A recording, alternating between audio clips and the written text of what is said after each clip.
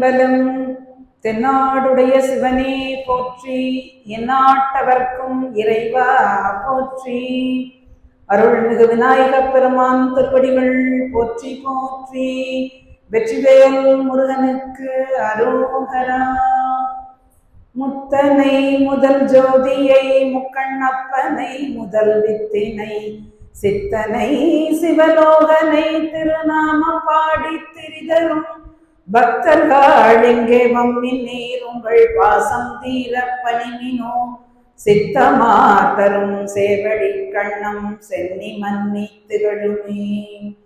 கருணை பொழி திருமுகற்றின் திருநீற்று முதலும் கண்டாரை வசப்படுத்த கனிந்த வாயழரும் பெருமை தரு துறவோடு குறையுள்ளத்தே பொறுத்து பிஞகனார் மலர்த்தாள்கள் பிரியாத மனமும் மறுவினர்கள் அகலாத ஞானமே வடிவாம் வளர்த்துறை இசை சிவஞான மாமுனிவன் மலர்த்தாள் ஒரு பொழுதும் நீங்காமல் எமது உலகத்தில் சிரத்தில் போதிலும் நாவினில் என்றும் உண்ணி வைத்தே உரைப்பாம். அருள் தரும் முக்கண்ணி அம்மை உடனாய முக்கண்ணப்பர் திருவடிகள் போற்றி போற்றி. ஈரோடு திருமுறை கழகம் தொண்டசை பரவுவார் திருவடிகள் போற்றி போற்றி. சம்பந்த சரணாலயர் திருவடிகள் போற்றி போற்றி.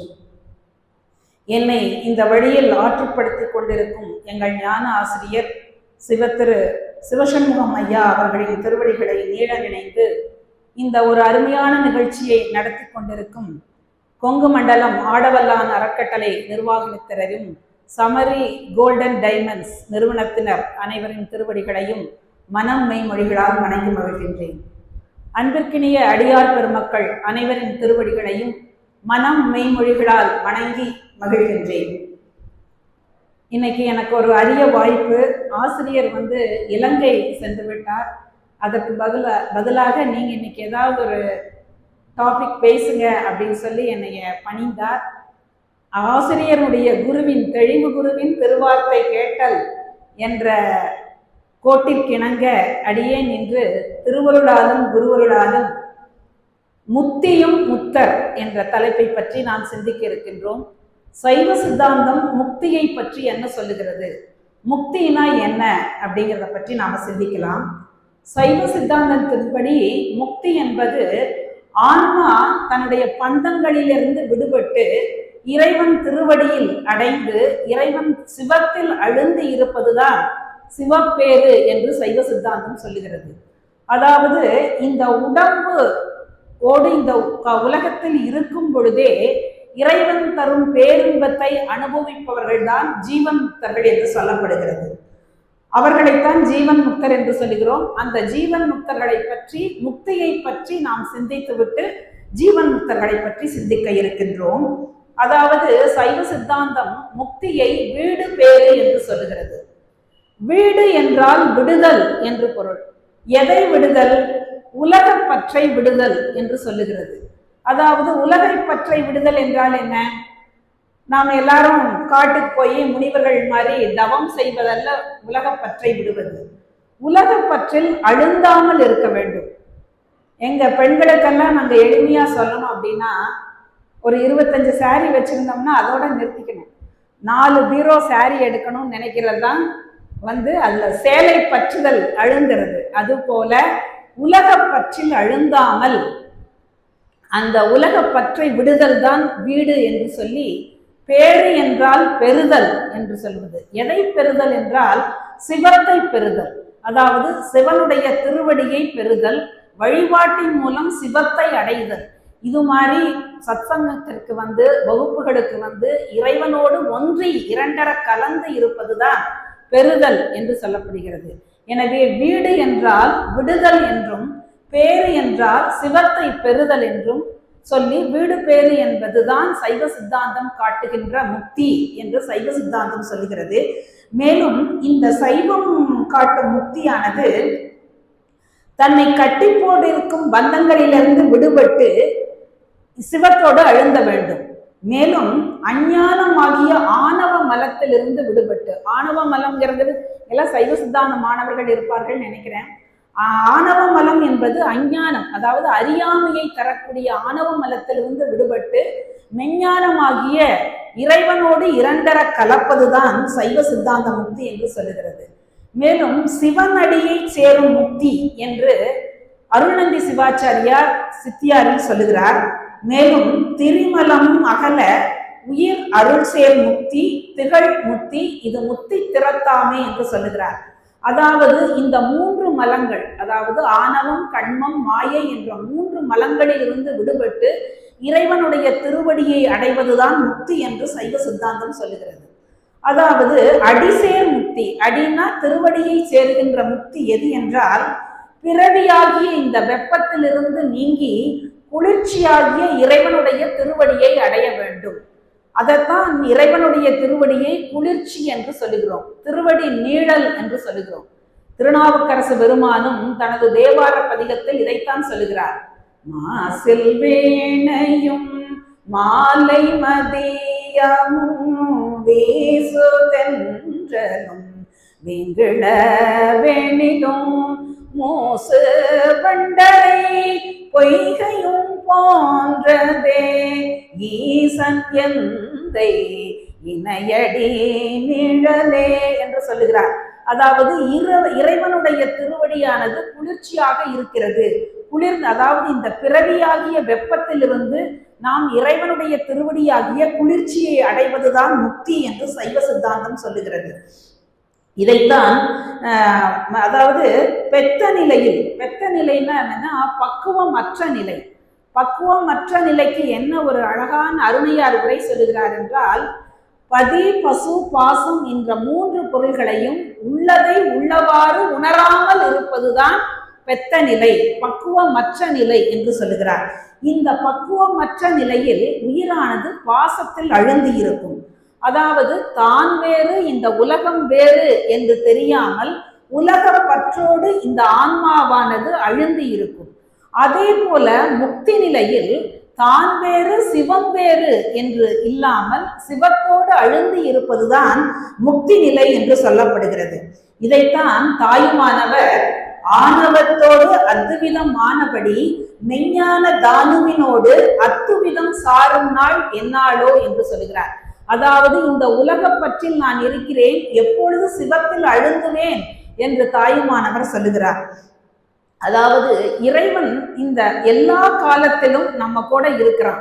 அப்ப முக்தி காலத்திலும் நம்ம கூட இருந்து நமக்கு அருள் செய்கிறான்.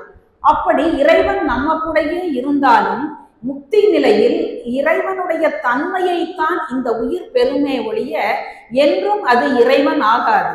அது எப்பொழுதுமே மீளா அடிமையாகத்தான் இறைவனுக்கு இருக்கும் என்று சைவ சித்தாந்தம் சொல்லுகிறது. அதனாலதான் சைவ சித்தாந்த வகுப்புக்கெல்லாம் மாணவர்கள் வருவது அரிதாக இருக்கிறது. ஏன்னா வந்தோடனே முதல் கிளாஸ்ல நாங்க ஆசிரியர்லாம் சொல்றோம், நீங்கெல்லாம் அடிமை அப்படின்னு சொன்ன உடனேயும் அந்த உயிர்களுக்கு ஒரு உணர்ச்சி வர்றதில்லை. இதே வைணவ வகுப்புக்கெல்லாம் போனீங்கன்னா போன உடனே நீங்க தான் கடவுள்னு சொல்லுவாங்க. கடவுள் சொன்ன உடனே நமக்கு ஒரு உத்வேகம் வருது இல்லையா, ஆர்வம் வருதோ, நாமளும் கடவுள் ஆயிடலாம் அப்படின்னு ஒரு உத்வேகம் வர்றதுனாலதான் சைவ சித்தாந்தத்தில் உயிர்கள் என்னைக்குமே இறைவனுடைய அடிமை என்று சொல்லுகிறது. அதைத்தான் மாணிக்க வாசகரும் சிவமாக்கி என்னை ஆண்ட என்று சொல்லுகிறார்.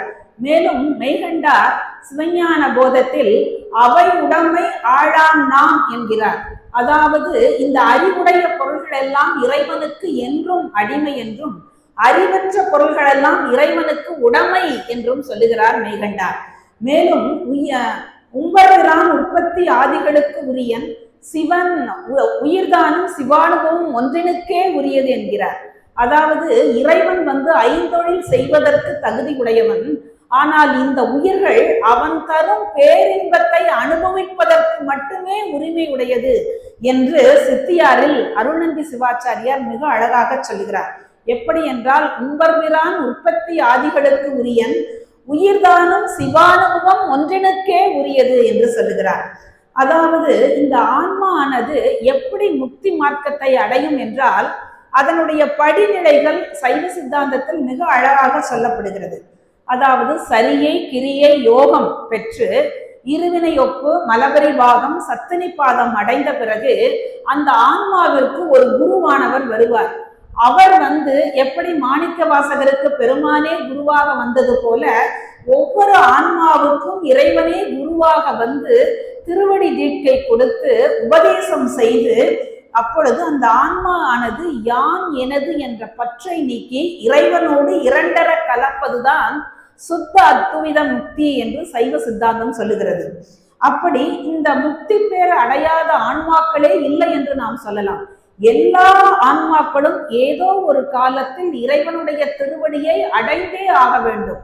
அதனுடைய பரிபாகத்திற்கேற்ப, அதாவது ஆணவமல குறையும் தன்மைக்கேற்ப அந்த ஆன்மாவானது இறைவனுடைய திருவடியை அடையும் காலம்தான் வேறுபடுமே ஒழிய என்றாவது ஒரு நாள் இந்த ஆன்மாக்கள் அனைவரும் இறைவனுடைய திருவடியை அடைந்துதான் ஆக வேண்டும் என்று சொல்லுகிறது சைவ சித்தாந்தம். மேலும் இந்த முக்தியை பற்றி சொல்லும் பொழுது முக்தி பல வகைகள் இருக்கின்றன என்று சொல்லுகிறார்கள். அது முதலில் பதமுக்தி, அபரமுக்தி, ஜீவன் முக்தி, பதமுக்தி என்ற அதாவது 4 வகையான முக்திகள் சொல்லப்படுகின்றன. முதலில் பதமுக்தியை பற்றி சொல்லுகிறார் சைவ சித்தாந்தம். என்ன பதமுக்தி அப்படின்னா என்ன அர்த்தம்னா, அதாவது உண்மையான சரியை முற்றி அப்படிங்கிறார். உண்மை சரியை அப்படின்னா என்ன அர்த்தம் அப்படின்னா, அதாவது எந்தவித விண்ணப்பமும் இல்லாமல் இறைவனுக்கு பணி செய்ய வேண்டும். நாமெல்லாம் என்ன சொல்றோம், இன்னைக்கு பிரதோஷ சாமி என்னுடைய பொண்ணுக்கு கல்யாணம் நல்லபடியா நடந்தா நான் 15 பிரதோஷத்திற்கு பால் அபிஷேகம் பண்றேன்னு வேண்டிக்கிறோம். அப்படி வேண்டுவதெல்லாம் அதாவது உண்மை சரியை கிடையாது, அவையெல்லாம் உபாய சரியை என்று சொல்லுகிறது சைவ சித்தாந்தம். எதை ஒன்றையும் எதிர்பார்க்காமல் நாம் இறைவனுக்கு பணி செய்ய வேண்டும். அந்த உண்மை சரியை முற்ற வேண்டும். அந்த உண்மை சரியை எல்லாம் முற்றினால்தான் நமக்கு சாலோகம் அப்படிங்கிற ஒரு பதமுக்தி கிடைக்கும் என்று சைவ சித்தாந்தம் சொல்லுகிறது.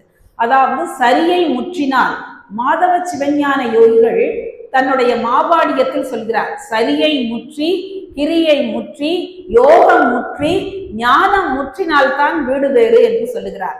அப்படி இந்த சரியை முற்றின உடனேயும் அந்த ஆன்மாவானது எங்க போகும் அப்படின்னா ஒரு சிவலோகத்திற்கு போகும். அந்த சிவலோகத்தில் ஒரு அங்கத்தினராக இருக்கக்கூடிய வாய்ப்பை அந்த ஆன்மா பெறும். அடுத்ததாக உண்மை கிரியை முற்றினால் அந்த ஆன்மாவானது சாமீபம் என்ற பதமுக்தியை அடையும். சாமீபம் என்றால் என்னன்னா, அந்த சிவலோகத்தில் சிவனுக்கு அருகில் இருக்கின்ற பதவியை அது பெறும். பிறகு உண்மை யோகம் முற்றினால் அது சாரூபம் என்ற பதமுக்தியை அடையும். சாரூபம் என்றால் இறைவனுடைய சாயலை பெறுவது. நீங்க பாத்தீங்கன்னா, நம்ம படைத்தல், காத்தல், அழித்தல் தொழிலை செய்கின்ற படைத்தல் தொழிலை செய்வது பிரம்மா என்றும், காத்தல் தொழிலை செய்வது திருமால் என்றும், அழித்தல் தொழிலை செய்வது ருத்திரன் என்றும் சொல்லுவார்கள். எல்லாரும் தவறா புரிஞ்சிருக்கிறோம். சிவன் தான் அழித்தல் தொழிலை செய்யறாரு, அதனால சிவன் கோயிலுக்கு போகக்கூடாது, பெருமாள் தான் காப்பாத்துறாரு, அதனால எல்லாரும் பெருமாள் கோயிலுக்கு போகணும், அவருக்கு போய் உண்டியெல்லாம் காசு நிறைய போகணும்னு இல்லை. அந்த ருத்திரன் என்பவர் சிவனுடைய சாயலை பெற்ற சிவபெருமான். அவர் ருத்திரன். அவரை குணி ருத்திரன் என்று சொல்லுவார்கள். சிவபெருமானை மகாருத்திரன் என்று சொல்லுவார்கள். அப்படி அந்த சிவரூபம் பெற்று இந்த பெருமானுக்கு கீழே பணி செய்பவர்களாக அவர்கள் இருப்பார்கள். அப்போ இந்த ஆன்மாவானது இப்படி சாலோகம், சாமீபம், சாரூபம் என்ற பதவிகளை அடைந்து பெரும்பான்மையான ஆன்மாக்கள் அங்கிருந்து நேரடியாக இறைவனுடைய திருவடியை சென்று அடையும். சிறுபான்மையான உயிர்கள் எல்லாம் திரும்பவும் இந்த உலகத்தில் பிறந்து, அந்த உலகத்தில் எப்படின்னா ஆச்சாரியார் குடும்பத்தில் பிறந்து இது மாதிரி சைவ சித்தாந்தமும் திருமுறை வகுப்புகளும் கேட்கக்கூடிய வாய்ப்பை பெறும். இப்ப வெளிநாடுகள் எல்லாம் இருந்திருந்தா நமக்கு இந்த சைவ சித்தாந்தம் கேட்கக்கூடிய வாய்ப்போ திருமுறைகளை கேட்கக்கூடிய வாய்ப்போ கிடைக்காது. ஆனால் இது மாதிரி கேட்கக்கூடிய வாய்ப்பினை நமக்கு அந்த சூழ்நிலையை பெருமான் உருவாக்கி தருவார். அப்படி சிறுபான்மையான உயிர்கள் மீண்டும் இந்த உலகத்திற்கு அந்த இறைவனை நினைத்து பாடி திரும்பவும் அவை திருவடி பேறு அடையும் என்று இந்த அதாவது பதமுக்தியை பற்றி சொல்லப்படுகிறது. அடுத்ததுதான் பரமுக்தி. அதை சாயுச்சியம் என்று சொல்லுகிறார்கள். சாயுச்சியம் என்பது சரியை, கிரியை, யோகம், ஞானம் முற்றின பிறகு அந்த ஆன்மாவானது இறைவனுடைய திருவடியை அடைவதுதான் நமக்கு சைவ சித்தாந்தம் கூறுகின்ற முக்தியாக அமைகிறது. இதைத்தான் தாயுமானவர் அரும்பு, காய், மலர், கனி என்று சொல்லுகிறார்.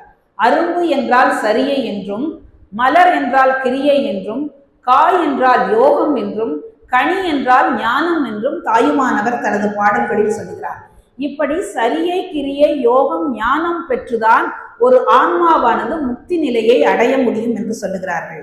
இதைத்தான் அருள்நந்தி சிவாச்சாரியார் சித்தியாரில் சன்மார்க்க முக்தியல் சாலோக்கிய சாமீப சாரூபிய சாயுச்சியம் என்று சதுர்விதமாம் என்று அருளுகின்றார். அடுத்ததாக முக்தி நிலையில் இறைவன் தரும் பேரின்பத்தை பற்றி நாம் சிந்திக்கலாம். அதாவது ஞான நிலையில் அருளாளர்கள் எல்லாம் ஞான நிலையில் இறைவனிடம் அன்பு செலுத்தி கொண்டு இருப்பார்கள். இறைவனுடைய கருணையை நினைத்து நன்றி மறவாமல் அவனுடைய திருவடியை பற்றி கொண்டு அவன் தரும் பேரின்பத்தை இந்த உலகத்தில் உடலோடு இருக்கும் பொழுதே அனுபவிப்பார்கள். அதைத்தான் முக்தி என்று சைவ சித்தாந்தம் மிக அழகாக சொல்லுகிறது. இந்த இறைவன் தரும் பேரின்பத்தை அருளாளர்கள் அனுபவித்து பாடியுள்ளார்கள். காட்டுவித்தால் யாரொருவர் காணாதாரே காண்பார் யார் கண்ணுதலாய் காட்டாக்காலே என்ற திருநாவுக்கரசரின் வரிகளை நாம் இங்கு அழகாக பொருத்தி பார்க்கலாம். அதாவது முக்தி நிலையில் உயிர்கள் அனுபவிக்கும் பேரின்பம் எப்படி இருக்கும் என்று சொல்ல முடியாது. ஆனால் அருளாளர்கள் சொல்லி இருக்கிறார்கள்.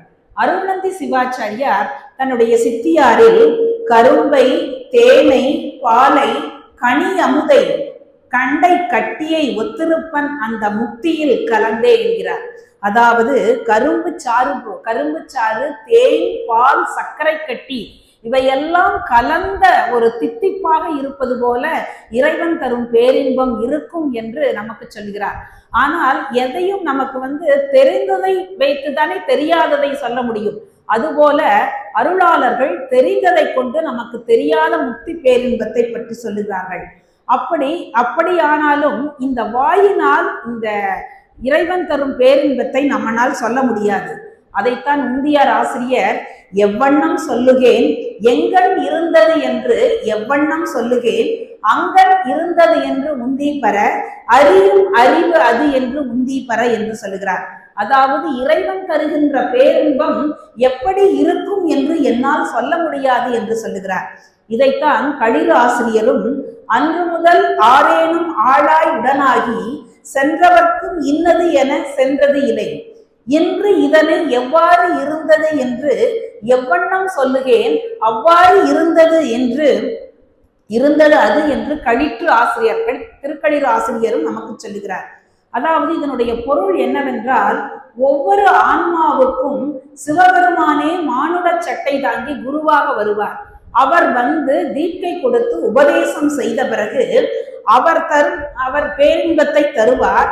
அப்படி சிவனே கூட இருக்கும் பொழுது சிவனுடைய தன்மையையே என்ன என்று அறிய முடியாத ஆன்மாக்களினால் அவர் தரும் பேரின்பத்தை மட்டும் எவ்வாறு தெரிந்து கொள்ள முடியும் என்று இந்த களிறு ஆசிரியர் சொல்லுகிறார். அதைத்தான் பெருமானுக்கே அணுக்க தொண்டராக இருந்த சுந்தரமூர்த்தி நாயனார் சொல்லுகிறார். இன்ன தன்மை என்று அறியவனா எம்மான் அப்படிங்கிறார். அவர் கூடவே தோல்ல கை போட்டு இருந்தவரே பெருமான் எப்படிப்பட்டவர் அப்படின்னு கேட்டா இன்ன தன்மை என்று அறியவனா எம்மான் அப்படின்னு சொல்லுகிறார். அப்போ அதைத்தான் மாணிக்க வாசகரும் சொல்லுவது அறியேன் வாழி முறையோ தரியேன் நாயேன் காணனை செய்தது தெரியேன் என்று சொல்லுகிறார். அதாவது இறைவன் தருகின்ற பேரின்பத்தை எப்படி சொல்லுவது என்று மாணிக்க வாசகரும் புலம்புகிறார் என்ற இந்த மணிவாசகரின் மணிவார்த்தையை நாம் இங்கு நினைவு கூறலாம். அடுத்து மேலும் அருள்நந்தி சிவாச்சாரியார் சித்தியாரில் சொல்லுகிறார். மருவி இருவரும் புணர வந்த இன்பம் வாயினால் பேச அறிந்து மணந்தவர் தாம் உணர்வார் என்று சொல்லுகிறார். அதாவது திருமணமான கணவன் மனைவி பெறுகின்ற சிற்றின்பத்தை அவர்கள்தான் அனுபவிக்க முடியுமே ஒழிய அதை சொல்ல முடியாது என்றும் அருள்நந்தி சிவாச்சாரியார் கூறுகிறார். இந்த நிலையைத்தான் அப்பர் பெருமான் அவர்களும் கனியினும் கட்டிப்பட்ட கரும்பிலும் பனிமலர் குளர் பாவை நல்லாரிலும் தனிமுடி கழித்தாலும் அரசினும் இனியன் தான் அடைந்தாருக்கு இடைமருதே என்று சொல்கிறார். அதாவது இறைவன் தரும் பேரின்பமானது கரும்பை காட்டிலும் குளிர்ந்த மலர்களை அணிந்துள்ள பெண்கள் பேசும் அன்பு மொழியை காட்டிலும் இந்த உலகத்தை எல்லாம் ஆளும் ஒரு குடையின் கீழ் ஆளும் அரசனுடைய பேரின்பத்தை காட்டிலும் மிகவும் சிறந்தது இந்த இறைவன் தரும் பேரின்பம் என்று சொல்லுகிறார். இப்படி இந்த இறைவன் தரும் முக்தி பேரின்பத்தை அருளாளர்கள் அவரவர்களுக்கு தெரிந்த வழியில் நமக்கு சொன்னார்கள். ஆனால் சில அருளாளர்கள் இப்படி இருக்கும் என்றும் சில அருளாளர்கள் இவற்றை சொல்லவே முடியாது என்றும் அவரவருடைய பக்குவ நிலையிலிருந்து நமக்கு உணர்த்தினார்கள். இப்போ இந்த பல சமயத்தினர்களும் முக்தியை பற்றி பலவிதமாக சொல்லுகிறார்கள். அந்த முக்தியெல்லாம் என்ன, சைவ சித்தாந்தம் எப்படி அந்த முக்தியெல்லாம் மறுக்கிறது என்பதை பற்றி உமாபதி சிவாச்சாரியார் சிவப்பிரகாசத்தில் மிக அழகாக கூறியிருக்கிறார். அதை நாம் இப்போ சிந்திக்கலாம். அதாவது முக்தி நிலையில் எப்படி சொல்றார் அப்படின்னா, உமாபதி சிவாச்சாரியார் அறவையர் இன்புறும் முக்தி, கந்தம் ஐந்தும் அரும் முக்தி, திரிகுணமும் அடங்கும் முக்தி, விரிவு வினை கெடும் முக்தி, மலபோ முக்தி, விக்கிரக நித்த முக்தி, விவேக முக்தி, பரவும் உயிர்கெடும் முக்தி, சித்தி முக்தி, பாடான முக்தி, இவையெல்லாம் பழிசேர் முக்தி, திரிமலமும் அகல உயிர் அருள் சேர் முக்தி, திகழ் முக்தி, இது முக்தி திறத்தாமே என்று சொல்கிறார். அதாவது 10 வகையான சமயத்தவர்கள் சொல்லும் முக்திகளை கூறி இவையெல்லாம் முக்தி கிடையாது, இவையெல்லாம் பழிசேர் முக்தி, இது குற்றமுடைய முக்தி, சைவ சித்தாந்தம் சொல்லுகின்ற முக்தியே உண்மையான முக்தி என்று இந்த பாடலில் நமக்கு சொல்லுகிறார். இந்த பாடலினுடைய பொருள் என்னவென்றால், முதலில் உலோகாயதர்கள் என்ற சமயத்தினர், உலோகாயுதர்கள் என்றால் கடவுள் மறுப்பு கொள்கை உடையவர்கள் தான் உலோகாயுதர்கள் என்று சொல்லப்படுகிறார்கள். அந்த உலோகாயுதர்கள் என்ன சொல்றாங்க அப்படின்னா, பெண்களிடம் பெறும் இன்பமே முக்தி என்று சொல்லுகிறார்கள். அடுத்ததாக பௌத்தரில் சௌகாந்திரிகர் என்ற பிரிவினர் 5 பொருள்கள், அதாவது உருவம், உணர்வு, அறிவு, செயல், மன எழுச்சி, இவை 5ம் கெடுவதுதான் முக்தி என்று சொல்லுகிறார்கள். அடுத்து 3ஆவதாக சமண சமயத்தில் நிகண்டவாதி என்ற பிரிவினர் திரிகுணமும் கெடுவதுதான் முக்தி என்று சொல்லுகிறார்கள். திரிகுணம் என்றால் அதாவது ராட்சச குணம், தாமத குணம், சாத்வீக குணம், இந்த 3 குணங்களும் ஒவ்வொரு ஆன்மாவிற்கும் இருக்கும். அந்த 3 குணங்களும் கெடுவதுதான் முக்தி என்று சொல்லுகிறார்கள். அடுத்தது 4ஆவதாக பிரபாகரன் என்ற சமயத்தினர் கண்மமலம் கெடுவதே முக்தி என்று சொல்லுகிறார்கள். அடுத்து 5ஆவதாக பேதவாதிகள் என்ற சமயத்தினர் ஆணவ மலம் கெடுவதே முக்தி என்று சொல்லுகிறார்கள். அடுத்து 6ஆவதாக உருவ சமயவாதிகள் இந்த சரீரம் நித்தமாய் இருப்பதுதான் முக்தி என்று சொல்லுகிறார்கள். அடுத்து 7ஆவதாக மாயாவாதிகள் என்ற சமயத்தினர் பிரகிருதியும் பூடனும் மேகித்து அறிவதுதான் முக்தி என்று சொல்லுகிறார்கள். அடுத்து 8ஆவதாக பார்க்கரியர் என்ற சமயத்தினர் இந்த உயிரானது முக்தி நிலையில் இறைவனோடு கலந்து கெட்டுவிடும், உயிர் தனது செயல்களை எல்லாம் கெட்டுவிடும், அதுதான் முக்தி என்று சொல்லுகிறார்கள். அடுத்து சிவசங்கரவாதி என்ற சமயத்தினர் இந்த பசுகரணங்கள் எல்லாம் சிவகரணம் ஆவதே முக்தி என்று சொல்லுகிறார்கள். அடுத்ததாக பாடான முக்தி என்றது, அதாவது பாடானவாதிகள் என்ற சமயத்தினர் உயிரானது எப்படி கேவலத்தில் ஆணவ மலத்தோடு செயலற்று கிடக்கிறதோ அதுபோல முக்தி நிலையிலும் அது செயலற்று பாடான அப்படின்னா கல் போன்று கிடப்பது, அப்படி கல் போன்று இருப்பதுதான் முக்தி என்று சொல்லுகிறார்கள். இப்படி இந்த 10 சமயவாதிகளும் 10 விதமான முக்தியை சொல்லும் பொழுது உமாபதி சிவாச்சாரியார் மட்டும் இந்த 10ம் பழிசேர் முக்தி என்றும் குற்றமுடைய முக்தி என்றும் இவையெல்லாம் முக்தி அல்ல, ஆணவம், கண்மம், மாயை இந்த 3 மலங்களும் நீங்கி உயிரானது இருவினையொப்பு, மலபரிபாகம், சத்தினிபாதம் மீது இறைவன் திருவடியை அடைவதுதான் உண்மையான முக்தி என்று மிக அழகாக சைவ சித்தாந்தம் சிவப்பிரகாசத்தில் நமக்கு உமாபதி சிவாச்சாரியார் அருளுகின்றார். இதைத்தான் நன்னறிய சிவானந்த ஞான வடிவே ஆகி அன்னலார் சேவடி கீழ் ஆண்ட அரசு அமர்ந்திருந்தார் என்று பெரிய புராணத்தில் தெய்வ செக்கிழார் சைவ சித்தாந்த முக்தியை பற்றி நமக்கு அழகாக கூறுகிறார். இப்போ அடுத்ததாக இந்த முக்தி நிலையில் 3 பொருள்களும் எவ்வாறு இருக்கும்? 3 பொருள்கள் அப்படின்னா பதி, பசு, பாசம், இந்த 3 பொருள்களும் எவ்வாறு இருக்கும் என்று உண்மை விளக்கத்தில் மனவாசம் கடந்தார் மிக அழகாக சொல்லுகிறார். என்ன சொல்லுகிறார் என்றால், முத்திதனில் 3 முதலும் ஒழிய கேள், சுத்த அனுபோகத்தை துய்த்தல் அணு, மெத்தவே இன்பம் கொடுத்தல் இறை, இத்தை விளைவித்தல் மலம், அன்புடன் கண்டுகொள் அப்பா என்று சொல்லுகிறார். அதாவது சுத்த அனுபோகத்தை துய்த்தல் அணு அப்படிங்கிறார். அணு என்றால் உயிர் என்று பொருள். அதாவது முக்தி நிலையில் உயிரானது இறைவன் தரும் பேரின்பத்தை மட்டும்தான் அனுபவித்துக் கொண்டிருக்கும். வேற எந்த இதுக்கும் அதுக்கு வேலையே கிடையாது. அப்புறம் மெத்தவே இன்பம் கொடுத்தல் இறை அப்படிங்கிறார். இறைவனுடைய பணி என்னவா இருக்கும்னா அந்த உயிருக்கு பேரின்பத்தை கொடுப்பது மட்டும்தான் இறைவனுடைய பணியாக இருக்கும் என்றும், அடுத்தது இத்தை விளைவித்தல் மலம் என்று சொல்லுகிறார். இத்தை விளைவித்தல் மலம் என்றால் இந்த ஆணவ மலமானது பேசாமல் இருந்தாலே அது உயிருக்கு செய்யும் பெரும் உபகாரமாக இருக்கும். அதாவது வறுத்த விதையை நாம திரும்பவும் நிலத்துல ஊனுனா அது முளைக்காது இல்லைங்களா? அது போல இந்த ஆணவ மலமானது தன்னுடைய ஆற்றல் குன்றி தனது செயல் குன்றி அப்படியே பேசாம இருக்குமா. அதுதான் உபகாரம் செய்யாட்டியும் பரவாயில்ல, உபத்திரம் செய்யாம இருங்கன்னு சொல்றோம் இல்லையா? அது போல இந்த ஆணவ மலம் உயிருக்கு எந்தவித கெடுதலும் செய்யாமல் தனது ஆற்றல் குன்றி அமைதியாக இருக்கும். ஏனென்றால் ஆணவ மலம் அனாதி நித்திய பொருள், அது என்றுமே அழியாது. தன்னுடைய ஆற்றல் குன்றி இந்த முக்தி நிலையில் இருக்கும் என்று மிக அழகாக இந்த முப்பொருளும் முக்தி நிலையில் எவ்வாறு இருக்கும் என்பதை மனவாசம் கடந்தால் உண்மை விளக்கத்தில் மிக அழகாக கூறுகிறார். மேலும் ஏகமாய் நின்றே இணையடிகள் ஒன்றுணர போகமாய் தான் விளைந்த பொற்பினான் ஏகமாய் உள்ளத்தின் கண்ணானான் உள்குவார் உள்கிற்றை உள்ளத்தால் காணானோ உற்று என்று சிவஞான போதம் 11ஆம் நூற்பாவில் ஒரு நூற்பா வருகிறது. அது என்ன சொல்லுகிறது அப்படின்னா, இந்த வெண்பா ஆனது முக்தியிலும் முதல்வன் நம்ம கூட உயிரோட நின்று உணர்த்துவான் உணருவான் என்று சொல்லுகிறது. அது என்ன உணர்த்துவான் உணருவான் அப்படின்னா, நமக்கு இறைவன் காணும் உபகாரத்தையும் காட்டும் உபகாரத்தையும் செய்கிறான். அதைத்தான் 11ஆம் நூற்பாவில் மெய்கண்டார் காணும் கண்ணுக்கு காட்டும் உடம்போல காண உள்ளத்தை கண்டு காட்டலின் அயரா அன்பின் அரங்கடல் செலுமே என்று சொல்கிறார். அது என்ன காணும் உபகாரம் காட்டும் உபகாரம் அப்படிங்கிறத நாம தெரிஞ்சுக்கலாம். சைவ சித்தாந்த மாணவர்களாக இருந்தால் தெரிஞ்சிருப்பீங்க. இருந்தாலும் உங்களுடைய நிலை எப்படின்னு எனக்கு தெரியல, அதனால நான் ஒரு தடவை அதை சொல்லிடுறேன். காட்டும் உபகாரம் அப்படின்னா, இந்த வெளியில நமக்கு ஒரு சூரிய ஒளியோ வேற ஏதாவது ஒளியோ பட்டாதான் இந்த விழியானது ஒரு பொருளை பார்க்க முடியும். அதுபோல இறைவன் நம்ம கூட இருந்து ஒரு பொருளை உணர்த்தினால்தான் நாம் ஒரு பொருளை பார்க்க முடியும். அதைத்தான் காட்டும் உபகாரம் என்று சொல்லுகிறார். அடுத்தது காணும் உபகாரம் என்றால், இந்த விழியானது ஒரு பொருளை பார்த்தா மட்டும் போதாது, அறிவும் அந்த விழியோடு சேர்ந்து செயல்பட வேண்டும். அப்பொழுதுதான் அந்த விழியானது அந்த பொருளை பார்க்கும்.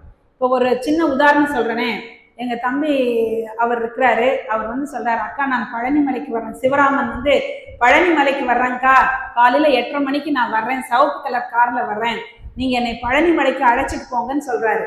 உடனே நான் 8:45 பேருந்து நிலையத்துல காத்திருக்கிறேன், என் தம்பிக்காக காத்திருக்கிறேன். அப்போ அந்த எப்ப சிவப்பு கலர் கார் வரும், எப்ப நம்ம தம்பி வருவார் அப்படிங்கிறத எதிர்நோக்கி இருக்கிறேன். அப்ப இந்த சாலையினுடைய எதிர்ப்புறத்தில் என்னுடைய தோழி ஒருத்தவங்க என்னைய மங்கை மங்கைன்னு கூப்பிட்டாலும் எனக்கு காது கேட்கல. நிறைய அனுபவத்துல தெரிஞ்சிருக்கிறோம் இல்லைங்களா? அவங்களையே பார்ப்போம், அவங்க கூப்பிடுவாங்க, ஆனா நம்மளுடைய நினைவெல்லாம் வேற பக்கமா இருக்கும். அதுபோல அந்த தோழி கூப்பிடும் போது என்னுடைய நினைவெல்லாம் அவர் வருவாரு, அவரை கூட்டிட்டு போகணும், சிவப்பு கலர் கார் வருவார் அப்படிங்கிற எண்ணத்துலதான் இருந்தே ஒழிய அவர்களை பார்த்தேன், என்னுடைய அறிவு அந்த விழியின் வழியாக செல்லவில்லை. அதனால நான் அவங்கள உணர முடியவில்லை. அதுபோல அந்த விழியானது ஒரு பொருளை பார்க்க வேண்டும் என்றால் அறிவும் கூட இருந்து செயல்பட வேண்டும். அப்பொழுதுதான் அந்த விழியானது அந்த பொருளை பற்றி உணர்ந்து கொள்ளும். இதைத்தான் நமக்கு காணும் உபகாரம் என்று சொல்லுகிறார். இப்படி காட்டும் உபகாரத்தையும் காணும் உபகாரத்தையும் இறைவன் நம்ம கூட இருந்தே சொல்லிட்டு இருப்பார். அதுதான் ஆசிரியர் வகுப்புல ரொம்ப அழகா சொல்லுவார். என்ன சொல்வார்னா, இந்தியாவில காலையில இருந்து சாயங்காலம் வரைக்கும் நமக்கு கூட இருந்து உணர்த்திட்டு போய் ரெஸ்ட் எடுக்கலாம்னு போனா ரெஸ்ட் எடுக்க முடியாத அதுக்குள்ள அமெரிக்காவில விடிஞ்சிடும், உடனே அங்க போய் அவர் வேலையை செய்யணும் அப்படின்னு அடிக்கடி ஐயா வகுப்புல சொல்லுவார். அதுபோல இறைவன் நமக்கு ஒவ்வொரு செயலும் உணர்த்தியும் கூட இருந்து உணர்ந்தால்தான் நாம் அதை உணர முடியும்.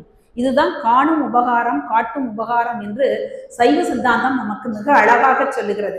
அப்படி இறைவன், அதாவது நாம் நினைச்சிட்டு இருக்கோம் நாம தான் பார்க்கிறோம் நாம தான் செய்யணும் அப்படின்னு இல்ல.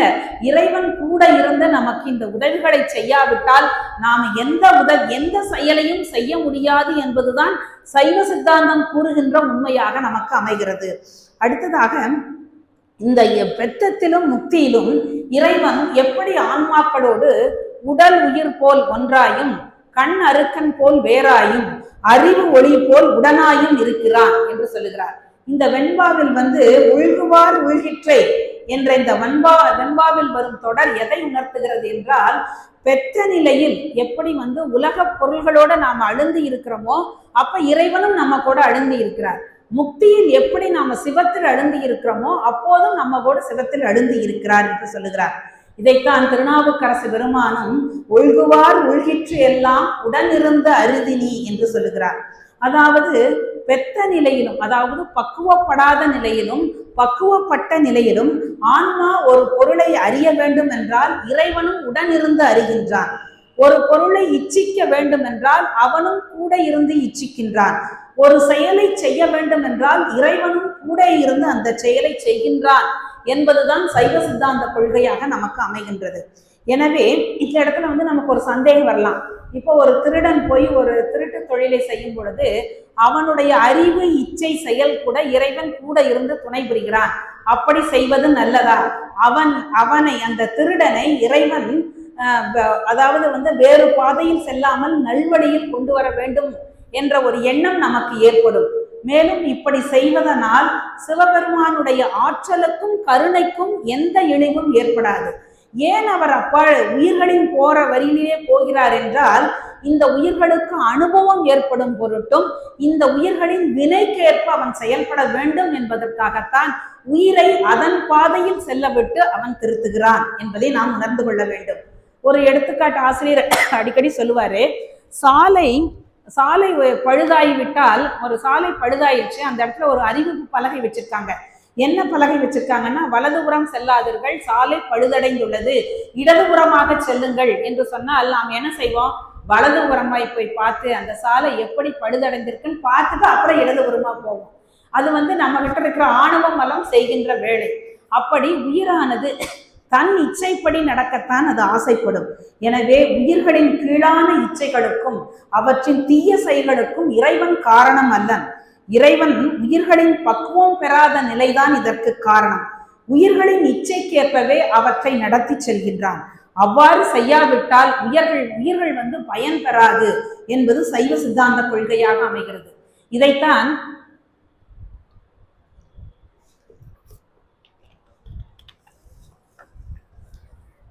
இதைத்தான் பண்டு அறியாமை பிடித்து விட்டேனே, விடாது பற்றி கொண்டு குணவழி விட்டு திருத்தி என் கோதகற்றி புண்டரிக பதம் தந்தாய்க்கு என்னால் ஒரு போகம் உண்டோ தன் தமிழ் கோமுக்தி முக்தி பஞ்சாக்கர சத்குருவே என்று முக்தி பஞ்சாக்கர மாலையில் சொல்லுகிறார். அதாவது உயிரை அதன் வழியில் செல்ல விட்டுதான் இறைவன் திருத்துவார் என்று சொல்லுகிறார். மேலும் குணவழி நடவார் குணவழி நடந்து குணத்தினை திருப்புவார் போல என்று உலகுடைய நாயனார் களிநெடியிலும் திருத்தி திருத்தி என் சிந்தை கையாண்ட கைலாயா என்று 11ஆம் திருமுறையிலும் மாணிக்கவாசகரும் சொல்லுகிறார். மாணிக்கவாசகர் சொல்லாத கருத்துக்களே கிடையாது. பையவே கொடுங்கோந்து பாசம் எனும் காடுருவி என்றும் அடித்து அடித்து அக்காடம் திட்டிய அற்புதம் அறியேனே என்றும் மாணிக்கவாசகர் சொல்லுகிறார். மேலும் பந்தமும் பிரிவும் படிபடி சென்று சென்று ஏறி என்று 9ஆம் திருமுறையில் ஒவ்வொரு ஆன்மாவையும் அதன் வழியே செல்ல விட்டு பிறகு அவற்றை திருத்தி படிப்படியாக திருத்தி அவர் தன் திருவடியில் சேர்த்துகின்றார் என்பதுதான் சைவ சித்தாந்தத்தின் கொள்கையாக அமைந்துள்ளது. இப்போ இதுக்கு ஒரு சின்ன ஒரு உதாரணம் என்ன அப்படின்னா, இப்போ ஒரு குருடனுக்கு கோல் கொடுத்தமையானால் அந்த கோல் அவனை பற்றி இழுத்து செல்ல வேண்டும். அவ்வாறு இழுத்து செல்லும் போது அந்த கோலானது அவனுடைய இச்சைப்படி எடுத்து செல்வதில்லை. அந்த கோலை தன் விருப்பப்படிதான் அவன் எடுத்து செல்ல விரும்புகிறான். அதைத்தான் அதை போலத்தான் இறைவனும் என்ன பண்றார் அப்படின்னா, உயிர்களினுடைய நமது இச்சைப்படி நம்மை நடத்துகிறார். இதனால்தான் அருளாளர்களும் ஆன்றோர்களும் சான்றோர்களும் என்ன சொன்னாங்கன்னா, நினைக்கிறதெல்லாம் உயர்வா நினைங்க, பெருமான் உங்களுக்கு கூட இருந்து உதவி செய்வார் அப்படிங்கிறார். அதனால்தான் திருவள்ளுவரும் உள்ளுவதெல்லாம் உயர்வுள்ளல் என்று சொன்னார். மேலும் பொன்னும் மெய்ப்பொருளும் தருவானை போகமும் திருவும் உணர்ப்பானை என்று சுந்தரமூர்த்தி நாயனார் சொல்லுகிறார். என்ன சொல்கிறார் என்றால், யாரெல்லாம் உலக பற்றை ஆசைப்படுகிறார்களோ அவர்களுக்கு பிறப்பை தருகிறார். யாரெல்லாம் திருவடியை அடைய வேண்டும் என்று ஆசைப்படுகிறார்களோ அவர்களுக்கெல்லாம் முக்தி இன்பத்தை தருகிறார் என்று சொல்லுகிறார். அதைத்தான் திருநாவுக்கரசு பெருமானும் வேண்டுவார் வேண்டுவதே ஈவான் கண்டாய் என்று சொல்கிறார். யாரெல்லாம் என்ன தேவை, என்ன நமக்கு தேவை இருக்கிறது வேண்டுகிறோமோ அதை இறைவன் உடனே தருகிறார். ஆனால் அதில் இருக்கிற சட்ட நுணுக்க நமக்கு தெரியாம நம்ம கேட்டு பெற்றுவோம், பிறகு அந்த சிக்கல்ல போய் நம்ம மாட்டிக்குவோம். சரிங்களா? அப்படி வேண்டுவார் வேண்டுவதே ஈவான் கண்டார் என்ற திருநாவுக்கரசரின் வரிகளை நாம் இங்கு பொருத்தி பார்க்கலாம். அடுத்தது, இந்த முக்தி நிலையில் உயிர் 3 பொருள்கள் இருக்கும். உயிர், உயிரின் எது அறிவு, சிவம் என்ற 3 பொருள் இருக்கும். இதைத்தான் அறிபவன், அறிவு, அறியப்படும் பொருள் என்று சொல்லப்படுகிறது. மேலும் இதை வடமொழியில் ஞாதுரு, ஞானம், நேயம் என்று சொல்லுகிறார்கள். அதாவது இந்த உயிரானது தன்னையும் தன்னுடைய அறிவையும் நினைக்காமல் சிவன் ஒன்றிலேயே அழுந்து நிற்கும். அதைத்தான் முக்தி என்று சைவ சித்தாந்தம் சொல்லுகிறது. சிவத்தோடு இரண்டர கலத்தல் என்பதற்கு அறிபவனாகிய உயிரும் அறியப்படு பொருளாகிய சிவமும் வேறாய் நிற்றலின்றி உயிர் யான் என்ற தன்னையும் எனது என்ற அறிவையும் விட்டு சிவனோடு இரண்டர கலந்து நிற்பதுதான் முக்தி என்று மிக அழகாக நமக்கு சைவ சித்தாந்தம் சொல்லுகிறது. அதாவது இதைத்தான் மாணிக்க வாசகரும் ஊன்கெட்டு உயிர்கெட்டு உணர்வு கெட்டு என் உள்ளமும் போய் நான் கெட்ட வாபாடி தெள்ளேனம் கொட்டாமுங்கிறார். அதாவது ஊன்கெட்டு, ஊன்கடனும் உயிர்கடனும் உணர்வு கடனும் எல்லாம் கெட்ட நிலைதான் நமக்கு முக்தி நிலை என்று சொல்லப்படுகிறது. அதாவது இறைவனுடைய திருவடியை அருள் என்றும் சைவ சித்தாந்தம் சொல்லுகிறது. இந்த முக்தியில் ஆன்மாவானது இறைவன் தரும் வியாபகத்துள் அழுந்தி இருக்கும். அதாவது வியாபகத்துள் அழுந்தி நீர் அடங்கி இருப்பது என்றால் எல்லா பொருள்களையும் சிவமாக பார்க்க வேண்டும். எல்லாம் சிவனென நின்றாய் போற்றி என்று திருநாவுக்கரசர் சொல்லுவது போல பார்க்கின்ற ஒவ்வொரு பொருளையும் நாம் சிவனாக பார்க்க வேண்டும் என்று சொல்லுகிறது. தாயுமானவர் ஒரு பூஜைக்காக பூ பறிக்க போகும்போது அந்த பூவே சிவபெருமானாக தெரிந்துதான். அதனால அந்த பூவையே பறிக்க முடியாம போயிட்டாராம். அப்படி அந்த நிலை, அதுதான் எல்லா பொருள்களையும் சிவனாக பார்க்கின்ற நிலைதான் இறைவனுடைய வியாபகத்தில் அடங்கும் நிலை என்று சைவ சித்தாந்தம் சொல்லுகிறது. இதைத்தான் அடிசேர் முக்தி என்றும் சொல்லுகிறது. இதைத்தான் பரஞானத்தால் பரத்தையே தரிசித்தோர் பரமே பார்த்திருப்பர் பதார்த்தங்கள் பாரார் என்ற சித்தியாரின் வரிகளை நாம் இங்கு நினைவுறலாம். அதாவது அருளாளர்கள் உலகத்தோடு ஒற்றாமல் இறைவன் திருவடியை நினைத்துக் கொண்டிருப்பார்கள் என்று சொல்லுகிறார். அடுத்தது, தன்னை எனக்கு தருவதை அன்றியும் என்னையும் எனக்கே தந்து பேரானந்த பெருங்கடல் அதனுள் ஆறா இன்பம் அழித்து தீரா உள்ளமும் புறமும் ஒளியின்றி நின்ற வள்ளன்மை காட்டி மலரடி அருளிய மன்னன் எம்போன் மெய்கண்ட தேவன் என்று இருவாய் இருவதில் அருணந்தி சிவாச்சாரியார் தன் குருவை பற்றி கூறுகிறார். அதாவது முத்தியில் சிவம் தன்னை எனக்கு தந்தது, என்னை நான் அவருக்கு தந்தேன். இந்த முக்தியில் ஆன்மா தருவதும் பெறுவதும் சொல்லப்படுகிறது என்று சொல்லுகிறார். இதை அதாவது சிவபெருமானவர் இன்ப கடவுள், இன்ப கணம். அவருடைய இன்பத்தை நமக்கெல்லாம் வாரி வழங்கி கொண்டிருக்கிறார். அதாவது சிவபெருமான் தான் நமக்கு தந்தை, நாமெல்லாம் அவருடைய குழந்தைகள். அவருடைய செல்வமாகிய இன்பத்தை நமக்கு கொடுக்கிறார். ஆனா நாம் அதை ஏற்றுக்கொள்ளாதபடி ஏற்றுக்கொள்ளாமல் இருக்கிறோம். ஏனென்றால் ஆணவ மலத்தின் காரணமாக. எப்படி ஆணவ மலம் அடங்கும் அப்படிங்கிறதெல்லாம் பின்னாடி உங்களுக்கு நான் சொல்றேன். இப்படி இந்த சிவபெருமான் அனுபவிக்க நமக்கு தருகிறார். இதைத்தான் மாணிக்க வாசகரும் சொல்லுகிறார். தந்தது உந்தன்னை கொண்டது எந்தன்னை சங்கரா ஆகலோ சதுரர் அந்த ஒன்றெல்லா ஆனந்தம் பெற்றேன் யாது நீ பெற்றது ஒன்று என்பார் சிந்தையே கோயில் கொண்ட எம்பெருமான் திருப்பெரும் துறையுரை சிவனே எந்தையே ஈசா உடலிடம் கொண்டாய் யான் இதற்கு இளம் ஓர் கைமாறே என்கிறார். அதாவது என்ன சொல்றாருன்னா மாணிக்க வாசகர், பெருமானே என்னை உனக்கு தந்தேன், உன்னை எனக்கு தந்தாய். நீ என்னை பெற்றுக்கொண்டதுனால உனக்கு எந்த பயனும் இல்லை. ஆனா உன்னை நான் பெற்றுக்கொண்டதனால் நான் பெரும் பலன் அடைந்தேன். அதனால் நான் தான் சதுரர் என்று மாணிக்க வாசகர் சொல்கிறார். ஆனால் இந்த சபையில் நான் ஒரு பதிவு செய்ய விரும்புகிறேன். சிவபெருமானும் சதுரர் அல்ல, மாணிக்க வாசகரும் சதுரர் அல்ல, நாம் எல்லோரும் தான் சதுரர். ஏனென்றால் மாணிக்க வாசகர் தான் நாமெல்லாம் உய்வடையும் பொருட்டு இந்த திருவாசகம் என்ற தேனை நமக்கு கொடுத்து பருக கொடுத்துள்ளார். எனவே இந்த திருவாசகத்தை படிக்கும் அன்பர்களாகிய நாம் தான் சதுரர் என்பதை இந்த சபையில் நான் பதிவு செய்ய விரும்புகின்றேன். இப்படி எல்லாம் சொல்ற முக்தியை பத்தி சொன்னோம். இந்த முக்தி அடையும் வழி என்ன அப்படின்னு மனவாசகம் கடந்தார் உண்மை விளக்கத்தில் மிக அழகாக கூறுகிறார். அப்பா, இம்முக்திக்கு அழியாத காரணம்தான் செப்பாய், செப்பக்கேள் ஒப்பில் குரு லிங்க வேடம் எனக்கோரில் இவை கொண்டார் கருவொன்றில் நில்லார்கள் கான் என்று சொல்லுகிறார். சிவாயம். அதாவது ஒவ்வொரு ஆன்மாவும் குரு லிங்க சங்கம வழிபாட்டை மேற்கொள்ள வேண்டும். அந்த குரு லிங்க சங்க வழிபாட்டை மேற்கொண்டால் நாமளும் இறைவனுடைய திருவடியாகிய முக்தியை அடையலாம் என்று சொல்லுகிறார். அப்ப குரு லிங்க சங்கம வழிபாடு என்றால் என்ன என்பதை நாம் தெரிந்து கொள்ள வேண்டும். ஒவ்வொரு செவ்வாய்க்கிழமையும் நமக்கு இந்த ஆடவல்லான் அறக்கட்டளையும் சபரி கோல்டன் டைமண்ட்ஸ் நிறுவனத்தினரும் நமக்கு குரு லிங்க சங்கம வழிபாட்டை ஏற்படுத்தி கொண்டிருக்கிறார்கள். குருவாக நமக்கு சிவசண்முகம் ஐயா அவர்கள் வீற்றிருக்கிறார்கள். லிங்கமாக இங்கு பெருமான் வீற்றிருக்கிறார். சங்கமமாக இந்த அடியார்கள் எல்லாம் வீற்றிருக்கும் பொழுது இவர்கள் மூவரும் முக்கூட்டு வழிபாடாக செய்வதுதான் குரு லிங்க சங்கம வழிபாடு என்று சொல்லுகிறார்கள். எனவே ஒவ்வொரு வாரமும் செவ்வாய்க்கிழமை நீங்கள் இந்த குரு லிங்க வழிபாட்டை உணர்வு பூர்வமாக மேற்கொண்டால் நமக்கும் திருவடி பேரு உண்டு என்று சைவ சித்தாந்தம் மிக அழகாக நமக்கு சொல்லுகிறது. எனவே இந்த குரு லிங்க சங்கம வழிபாட்டில் நாம தொடர்ந்து வழிபாடு செய்து வந்தோமே ஆனால் நமக்கு திருவடி இன்பம், பேரின்பம் இந்த உடலோடு இந்த உலகத்தில் இருக்கும் பொழுதே கிடைக்கும் என்று சொல்லுகிறது சைவ சித்தாந்தம். இந்த குரு வழிபாட்டினால் நமக்கு ஆணவ மலம் நீங்கும், லிங்க வழிபாட்டினால் நமக்கு கண்ணு மலம் நீங்கும், இந்த அடியார்களுடைய வழிபாட்டினால் நமக்கு மாயாமலம் நீங்கும் என்று சைவ சித்தாந்தம் மிக அருமையாக நமக்கு சொல்லுகிறது. அடுத்ததாக இந்த ஜீவன் முக்தர்கள் எல்லோரும்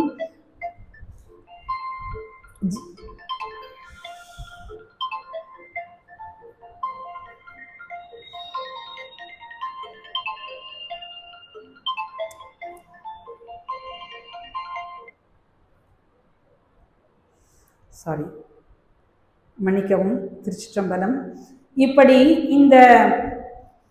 அதாவது இந்த ஜீவன் முக்தர்கள் எப்படி இருப்பார்கள் என்று சொல்லும்போது, பாதகங்கள் செய்திடினும் கொலை களவு கள்ளு பயின்றிடினும் நெறியல்லா நெறி தப்பிடினும் தவறுகள் வந்திடினும் தனக்கென ஒரு செயலற்று தான் அதுவாய் நிற்கில் நாதன் அவன் உடல் உயிர் உண்டு உறங்கி நடந்து நாலா போகங்களையும் தானாக செய்து பேதமர நின்று இவனை தானாக்கி விடுவன் பெருகு சிவபோகம் என பேசும் நெறி இதுவே என்று உண்மை நெறி விளக்கத்தில் உமாபதி சிவாச்சாரியார் சிவபோகம் பற்றி கூறுகிறார். என்ன சொல்லுகிறார் என்றால், ஏகனாகி இறைவனி நிற்பவர்கள் எந்த தவறு செய்தாலும் அந்த தவறை பெருமான் சுட்டு விடுவார்.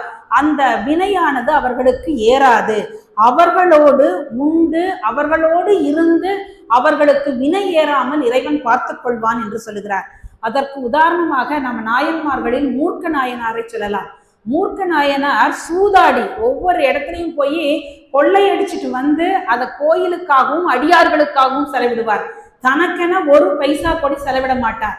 அதைத்தான் அப்படி ஏகனாகி இறைவனி நிற்கும் பொழுது பெருமான் அவர்களோடு இருப்பார் என்று சொல்லுகிறார். அதுபோலத்தான் இந்த கொங்கு மண்டல மாடல் வெள்ளான் அறக்கட்டளையும் சபரி கோல்டன் டைமண்ட்ஸ் அவர்கள் நமக்கு ஒரு பெரிய விருந்து கொடுக்கிறார்கள் செவ்வாய்க்கிழமை. இதனால் அவங்களுக்கு எந்த பயனும் கிடையாது. இதனால் உய்வடைவது இந்த உயிர்கள் மட்டுமே. இந்த உயிர்கள் உய்வடைய வேண்டும் என்ற ஒரே காரணத்துக்காக அவர்கள் இவ்வளவு ஒரு பெரிய நிகழ்ச்சியை நமக்கு நடத்தி கொண்டிருக்கிறார்கள். அதனால நாம் என்ன செய்யணும், அதற்கு நன்றி கடன் நாம கைமாறி என்ன செய்யணும்னா, அடுத்த தடவை வரும்பொழுது ஒவ்வொருத்தரும் இன்னொருத்தர் கை பிடிச்சு அழைச்சிட்டு வரணும். இந்த ஆசிரியருடைய திருவாசகத்துல சொல்லிய பாட்டின் பொருளுணர்ந்து சொல்லுவார்னு சொல்றதுக்காகத்தான் திருவாசகத்தை முழுமையாக விளக்கம் பெற வேண்டும் என்று சொல்லி இருக்கிறோம். அப்ப நாம ஒவ்வொருத்தரையும் இன்னொருத்தரை எப்படி நாமெல்லாம் உய்வடைவதற்காக அவங்க முயற்சிகள் மேற்கொள்கிறார்களோ அதுபோல இன்னொரு உயிர் உய்வடைய வேண்டும் என்பதற்காக நாம் இன்னொருத்தருடைய கையை பிடிச்சு இங்க அழைச்சிட்டு வரணும். அழைச்சிட்டு இந்த அரங்கமே நிறைந்திருக்க வேண்டும் என்பதுதான் ஆசிரியருடைய ஆசை, இதை நடத்துபவர்களுடைய ஆசை, அடியேனுடைய ஆசையும் என்று சொல்லி, மேலும் இதை நாம சிறு தொண்டர் பிள்ளைக்கறி சமைத்தும் சண்டீஸ்வரர் தந்தையின் காலை வெட்டியது போன்ற செயல்களை இவ்விடத்தில் நாம் பொருத்தி பார்க்கலாம். சண்டீஸ்வரருடைய கதை எல்லாத்துக்குமே தெரியும். அவர் அவருடைய தந்தையார் பால் குடத்தை, அதாவது சிவ அபிஷேகத்துக்கு வைத்திருந்த பால் குடத்தை தட்டி விட்டதால் அவருடைய காலை வெட்டினார் விசால சர்மர் என்ற சண்டீஸ்வரர். அப்போ அவர் அவருடைய தந்தை ஒரு அந்தனர் மட்டுமல்லாமல் அவருடைய தந்தையினுடைய காலை வெட்டுவது எவ்வளவு ஒரு பாவச் செயல். அதுவும் ஒரு காலில் மட்டும்தான் அவர் குடத்தை உடைச்சாரு, ஆனா அவர் 2 காலையும் வெட்டினார். அப்படிங்கிறதுக்கு கவிமணி ஐயா ஒரு அருமையான உரை சொல்றாரு. என்ன சொல்றாருன்னா, ஒரு காலை தூக்கி உதைக்கும் பொழுது இன்னொரு கால் அதற்கு உதவி செய்ததாம், அதனால 2 காலையும் வெட்டினாராம். அதனால சிவ அபராதம் செய்பவர்களுக்கும் அவர்களுக்கு உறுதுணையாக இருப்பவர்களுக்கும் வினைகள் சேரும் என்று சைவ சித்தாந்தம் மிக அழகாக சொல்லுகிறது. அப்படி அவர் பாவ செயல் செய்தாலும், அதாவது தந்தையை காலை வெட்டுவது ஒரு பெரிய பாவச் செயல், ஆனால் அந்த பாவச் செயலும் புண்ணிய செயலாக கருதப்பட்டது. ஏனென்றால் அது சிவ அபராதமாக இருப்பதால், சிவனை முன்னின்று செய்வதால் அந்த பாவச் செயல் புண்ணிய செயலாக கருதப்பட்டது. அதே இது போல தக்கன் வேள்வி எடுத்துக்கங்க. தக்கன் வேள்வி செய்தார். வேள்வி ஒரு பெரிய நன்மை செய்கின்ற செயல்தான் வேள்வி. ஆனா தக்கன் செய்த வேள்வியில் அவனுக்கு பாவம் சேர்ந்தது. எப்படி அப்படின்னா, அவர் சிவபெருமானை முன்னிறுத்தி செய்யவில்லை.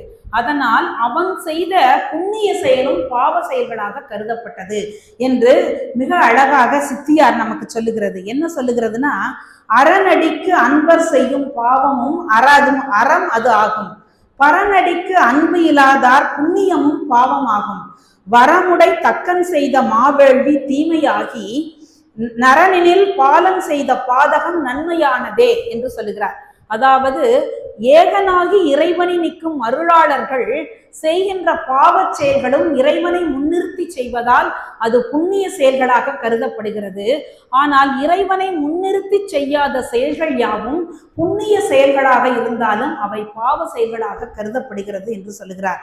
இதைத்தான் மாணிக்க வாசகரும் தீதில்லை மாணி சிவகருமம் சிதைத்தானே சாதியும் வேதியன் தாதைதனை தாழிரண்டும் சேதிப்ப ஈசன் திருவருளால் தேவர் தொழ பாதகமே சோறு பச்சினவா தொல்நோக்கம் என்று சொல்லுகிறார். அதாவது தீதில்லை மாணி அப்படிங்கிறார். மாணின பிரம்மச்சாரி என்று பொருள். தீதில்லை அப்படின்னா எந்த குற்றமும் செய்யாத பிரம்மச்சாரியே அப்படின்னு விசார சர்மராகிய சண்டிகேஸ்வரரை சொல்லுகிறார் மாணிக்க வாசகர். ஏனென்றால் அவர் சிவ வடிவ ஆடு மாடுகளை மேய்ப்பதும் சிவ செயல்களை செய்வது மட்டும்தான் இருந்தார். அவர் எந்த குற்றமும் செய்யவில்லை. அதனால் அவரை தீதில்லை மாணி அப்படின்னு சொன்னார். இந்த திருவாசகத்தை நாம் எத்தனையோ முறை ஓதி இருக்கிறோம். ஆனா அதனுடைய பொருள் வரிந்து ஓதி இருக்கிறோமா? இல்ல. அந்த பாட்டு வரும்போது தீதில்லை மாணி சிவகரும் செய்தானே, எப்படா 1 மணிக்கு சாப்பாடு போடுவாங்க அப்படின்ட்டு வேக வேகமா அந்த பாடலை நாம படிச்சுட்டு போறோம். ஆனா இப்ப எல்லாத்துக்கும் நீங்க உங்களை சொல்லல, என்னை சொல்லிக்கிறேன்.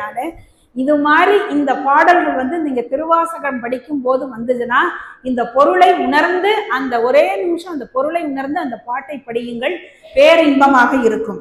அப்படி தீதில்லை மாணிக்கம் சிவகருமம் சிதைத்தானே, அதாவது சிவ செயலுக்கு அபராதமாக இருந்த சாதியும் வேதியன், சாதியில் வேதியனாக அந்தணனாக இருக்கின்ற தன் தந்தையினுடைய காலை தாள் 2 சேதிப்ப அப்படிங்கிறார். தாள் 2 சேதிப்பன வெட்டினார். ஈசன் திருவருளால் அப்படி வெட்டினாலும் ஈசனுடைய திருவருளால் தேவர்கள் எல்லாம் தொழுது பாதகமே சோறு பச்சினவா தொல்நோக்கம் என்கிறார். இந்த சோறு என்பது இந்த இடத்தில் முக்தியை குறிக்கிறது. அதாவது அப்படி செய்த விசால சர்மருக்கு சண்டிகேஸ்வரருக்கு இறைவன் சண்டேஸ்வர பதம் கொடுத்தான். இப்பவும் நாம் அந்த கோயில்ல கோமுகி, அதாவது தீர்த்தம் வரும் இடத்தில் சண்டேஸ்வரர் பெருமான் இருப்பதை நாம பார்த்திருக்கிறோம். சிவபெருமானுக்கு முதல் நாள் சாத்தின உடை மாலைகள் உணவு எல்லாம் அடுத்த நாள் சண்டிகேஸ்வர பெருமானுக்கு சாத்தப்படுகிறது.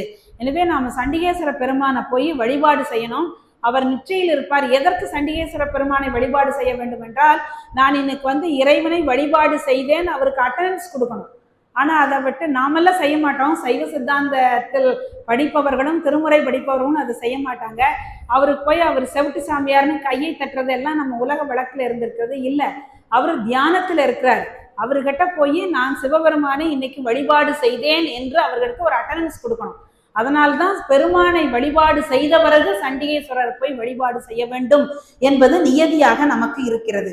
இதைத்தான் தன் கடன் அடியேனையும் தாங்குதல் என் கடன் பணி செய்து கிடப்பதே என்று திருநாவுக்கரசு பெருமான் சொல்லுகிறார். அடுத்ததாக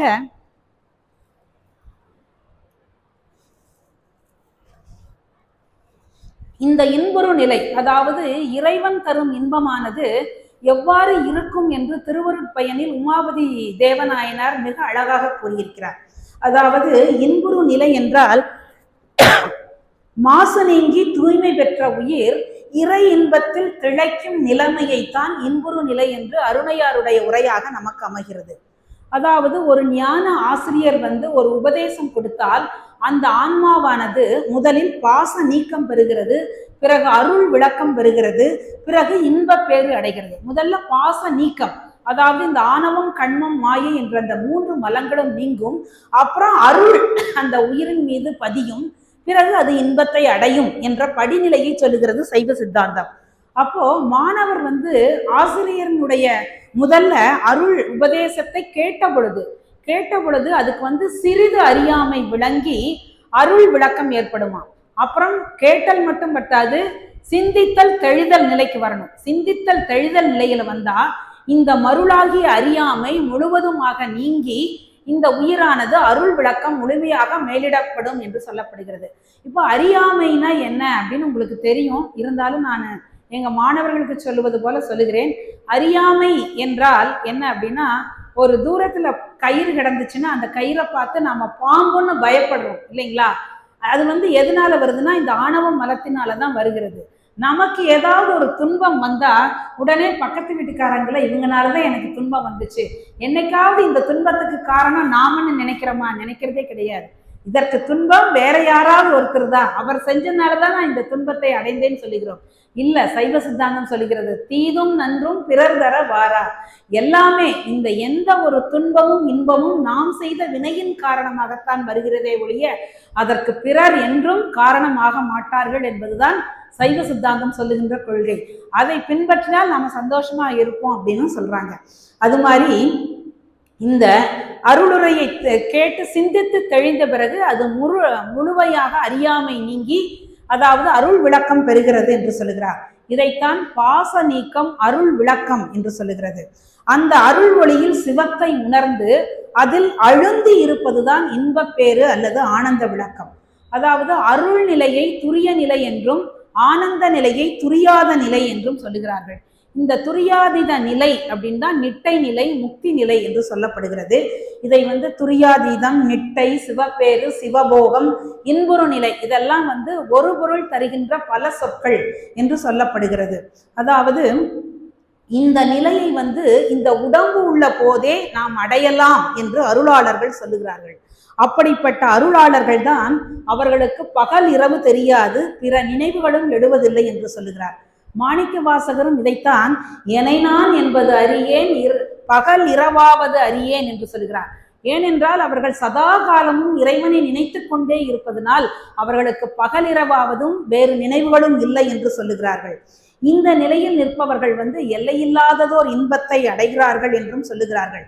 இப்படி இருப்பவர்கள் எப்படி வண்டானது மலரில் தேனை குடித்துவிட்டு மயங்கி இருப்பது போல அந்த அருளாளர்கள் இறைவனுடைய வியாபகத்தில் திளைத்து இருப்பார்கள் என்று சொல்லுகிறார்கள்.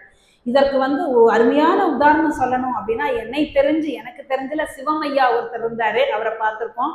அடுத்தது ஆசிரியர் எங்களுக்கு அடிக்கடி நான் அவரோடு பயணம் செய்யும் பொழுதெல்லாம் அவருடைய குருவான தங்கவேல் சுவாமிகளை பற்றி அடிக்கடி சொல்லுவார். அவருக்கு எப்போதும் பேசாம மௌன நிலையில் தான் இருப்பாராம். அவருக்கு ஒரு வேட்டியும் ஒரு துண்டும் உடம்புல இருக்கும், ஒரு வேட்டியும் துண்டும் காயும். அந்த 2 உடைகள் மட்டும்தான் அவருக்கு இருக்குமா. அவர் எனக்கு தெரிஞ்சு அவர் சொன்னதை பத்தி இந்த 14 சாத்திரம் சைவ சித்தாந்தம் 14 சாத்திரமும் அவருக்கு அத்துபடி. எப்படி நம்ம ஆசிரியர் சித்தியார்ல 215வது பாடல் 4வது வரி சொல்லுங்கன்னா நம்ம ஆசிரியர் சொல்லுவாரு. திருவாசகத்துல 25வது பதிகத்துல 6வது பாடல்ல 2வது வரி சொல்லுங்கன்னா சொல்லுவார். அப்படி ஒரு ஞானம் அவருக்கு. அதுபோல அந்த தங்கவேல் சுவாமிகள் அவர்களுக்கும் அந்த அதாவது சைவ சித்தாந்த நூல்கள் 14 அவருக்கு மனப்பாடம். திருமுறையில் 1,00,000 பாடல்களுக்கு மேலாக அவருக்கு மனப்பாடமா. அதனால அவர் ஆசிரியர் வந்து எப்பொழுது அவர் குருநாதரை போய் வழிபட்டாலும் பேசும்போதும் இந்த பாடலை உடனே மனப்பாடம் செஞ்சுட்டு தான் போய் மேடையில பேசணும்னு சொல்லுவாராம். இது மாதிரி புக்கெல்லாம் வச்சு பேசக்கூடாது அப்படிங்கிறதுனால அப்ப இருந்தே சிவசண்முகம் ஐயா அவர்கள் எந்த பாடல் வருகிறதோ அந்த பாடலை மனப்பாடம் செய்து விட்டு வருவாராம். அந்த ஞானம் அவருக்கு இருந்தது. அதனால அவரை மனப்பாடம் பண்ணிட்டு வந்தாரு. எங்களுக்கெல்லாம் அந்த ஞானம் இல்லை, அதனால பேப்பர் வச்சு நாங்கள் சொல்றோம். அப்படி அந்த தங்கவேல் சுவாமிகள் வந்து ஒரு நிகழ்ச்சி, சின்ன நிகழ்ச்சி சொல்றேன். அவர் வந்து ஒரு விக்ரமசிங்கபுரத்துல இப்படி இது மாதிரி சைவ சித்தாந்த பாடங்கள் எடுக்கும் வகுப்புகள் ஒவ்வொரு ஆண்டும் நடைபெறுமாமா. அப்போ ஒரு நாள் வந்து இந்த தங்கவேல் சுவாமிகளுக்கு நம்ம சிவசண்முகம் ஐயா தான் வந்து முதன்மை சீடர். அவர்கிட்ட தான் அவர் பேசுவார் எப்போதுமே. அப்போ சண்முகம் இங்கே சிவா இங்கே போகலாமா அப்படின்னு கேட்டாராம். சரிங்க சாமி போகலாம் அப்படின்ட்டு அவரையும் அழைச்சிட்டு போனாராம். அன்னைக்கு வந்து ஆனந்தராசா ஐயா அவர்களுடைய சித்தியார் பாடம் அன்னைக்கு வந்து இருக்கிறது. ஆனந்தராசா ஐயா அவர்கள் மதுரை காமராஜர் பல்கலைக்கழகத்துல வந்து அவர் வேலை பார்த்துட்டு இருந்தாரு. அன்னைக்கு பணி நிமித்தம் காரணமாக அவர் வர முடியல. அதனால வர முடியலங்கிற தகவலை சொல்லிட்டாரு. உடனே குருமகா சன்னிதானங்களும், அதாவது திருவாவூதுறை குருமகா சன்னிதானங்களும் அந்த வகுப்பு பாடத்தில் இடம்பெறுவாராம். அவர் உடனே நம்ம சிவசண்முகம் ஐயா கூப்பிட்டு, சண்முகம் நம்ம சாமி கிட்ட சொல்லி ஒரு சின்ன அருளாசிரை சொல்லுங்க அப்படின்னு சொன்னாராம். உடனே நம்ம ஐயாவும் சுவாமி கிட்ட போய், சாமி ஒரு அருளாசி உரை சொல்லி கேட்குறாங்க அப்படின்னு. சரி சொல்லலாமே அப்படின்னு சொன்னாராம். சரின்ட்டு அவர் ஸ்டேஜுக்கு வந்து உட்கார்ந்தாராம். உட்கார்ந்துட்டு இது என்ன பாடம் இங்கே இன்னைக்கு நடக்கணும் அப்படின்னு கேட்டாராம். சித்தியார் பாடம் இன்னைக்கு நடக்கணும் அப்படின்னு சொன்னாராம். எத்தனாவது பாடல் வரைக்கும் முடிச்சிருக்கீங்க அப்படின்னாராம். 231வது பாடல் வரைக்கும் முடிச்சிருக்கோம் அப்படின்னையும் 232வது பாடலோட 10 பாடல் எந்தவித பேப்பரும் இல்லாம அவரே அத்தனை பாடல்களுக்கும் விளக்கம் சொன்னாராம். அப்படி அந்த தங்கவேல் சுவாமிகளை பற்றி நிறைய அவருடைய அனுபவங்கள், அவர் கூட இருந்த அனுபவங்களை வந்து ஆசிரியரிடம் நான் ஒவ்வொரு தடவையும் அவர் கூட பயணம் செய்யும் பொழுதெல்லாம், ஐயா எனக்கு வந்து நீங்க சித்தாந்தம் எல்லா மாணவர்களும் சித்தாந்தம் கேட்பாங்க. ஐயா இந்த சித்தாந்தத்தை நாங்கள் புத்தகத்தை பார்த்து படிச்சுக்குவோம், இது மாதிரி அனுபவத்தை நீங்க சொன்னாதான் எங்களுக்கு தெரியும் அப்படின்னு ரொம்ப ரொம்ப நெகிழ்ச்சியாக அழுதுட்டே சொல்லுவார் ஆசிரியர். அதாவது அவர் வந்து ஒரு அந்த உத்தரகோச மங்கை பக்கத்துல ஒரு இடத்துல தான் அவர் ஜீவசமாதி அடைந்தாரு. அந்த 10 நாளைக்கு முன்னாடியே அவர் அந்த குழியில போய் அமர்ந்துக்கிட்டு, நான் வந்து இந்த 10 நாள் கழிச்சு நான் உயிரோட இருந்தா எந்திரிச்சு வர்றேன், இல்லாட்டி என்னையே அப்படியே சமாதி பண்ணிருங்கன்னு அந்த குழியில போய் உட்கார்ந்துட்டாராம். அப்போ வந்து எல்லாரும் சுத்தி இருக்கிறவங்களும் கேட்டாங்களாம், சிவா இத்தனை நாள் உங்களோட இருந்தாரு, சிவாவுக்கு சொல்ல வேண்டாமான்னு கேட்டனையும், சிவா ரொம்ப சின்ன பையன், அவங்ககிட்ட சொல்ல வேண்டாம் அப்படின்னு சொல்லிட்டு அவர் சமாதியாகி 10 நாள் கழிச்ச பிறகுதான் ஆசிரியருக்கு அந்த தகவலை சொன்னாங்களாம். அதை சொல்லும் பொழுது ஆசிரியர் அப்படியே கண்ணீர் விட்டு அழுதார். அவருடைய குரு பக்தி தான். அவர் ஒவ்வொரு தடவையும் கவனிங்க, அடுத்த நாள் சொல்லும்போது என்னை வழிநடத்திய தங்கவேல் சுவாமிகளின் திருவடிகளை வணங்குகிறேன் அப்படின்னு சொல்லுவார். அப்படி ஒரு அந்த நிலையில் இருப்பவர்கள் தான் தங்கவேல் சுவாமிகள் போன்ற அருளாளர்கள். அவர்களுடைய நிலைதான் இந்த நிட்ட நிலை, துரியாத நிலை என்றெல்லாம் சொல்லப்படுகிறது. இந்த நிலையை அடைந்தவர்கள் எப்படி இருப்பார்கள் என்று திருநாவுக்கரசு பெருமான் தன்னை ஒரு பெண்ணாக பாவித்து கொண்டு சொல்லுகிறார் தன்னுடைய தேவாரத்தில். எப்படி என்றால், முன்னம் அவனுடைய நாமம் கேட்டாள், மூர்த்தி அவன் இருக்கும் வண்ணம் கேட்டாள், பின்னை அவனுடைய ஆரூர் கேட்டாள், பெயர்த்தும் அவனுக்கே பிச்சியானாள், அன்னையும் அத்தனையும் அன்றே நீத்தாள், அகன்றாள் அகலிடத்தாள் ஆச்சாரத்தை, தன்னை மறந்தாள் தன் நாமம் கெட்டாள், தலைப்பட்டாள் நங்கை தலைவன் தாளே என்பதாக இந்த பாடல் அமைகிறது. இந்த பாடல்ல என்ன சொல்றாங்கன்னா, தலைவி, அதாவது திருநாவுக்கரசு பெருமான் தன்னை தலைவியாக பாவித்து கொண்டு சிவபெருமானை தலைவனாக பாவித்து கொண்டு தனது தோழியிடம் கேட்கிறாள். தலைவனுடைய பெயர் என்ன என்று கேட்கும் பொழுது அவனுடைய நாமத்தை சொல்கிறார்.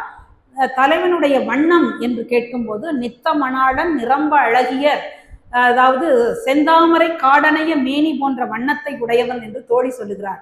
பிறகு இதை கேட்டவுடன் தலைவியானவள் தலைவனுடைய ஊர் எது என்று கேட்கும் பொழுது அவனுடைய ஊர் ஆரூர் என்று தோழி சொல்கிறார்.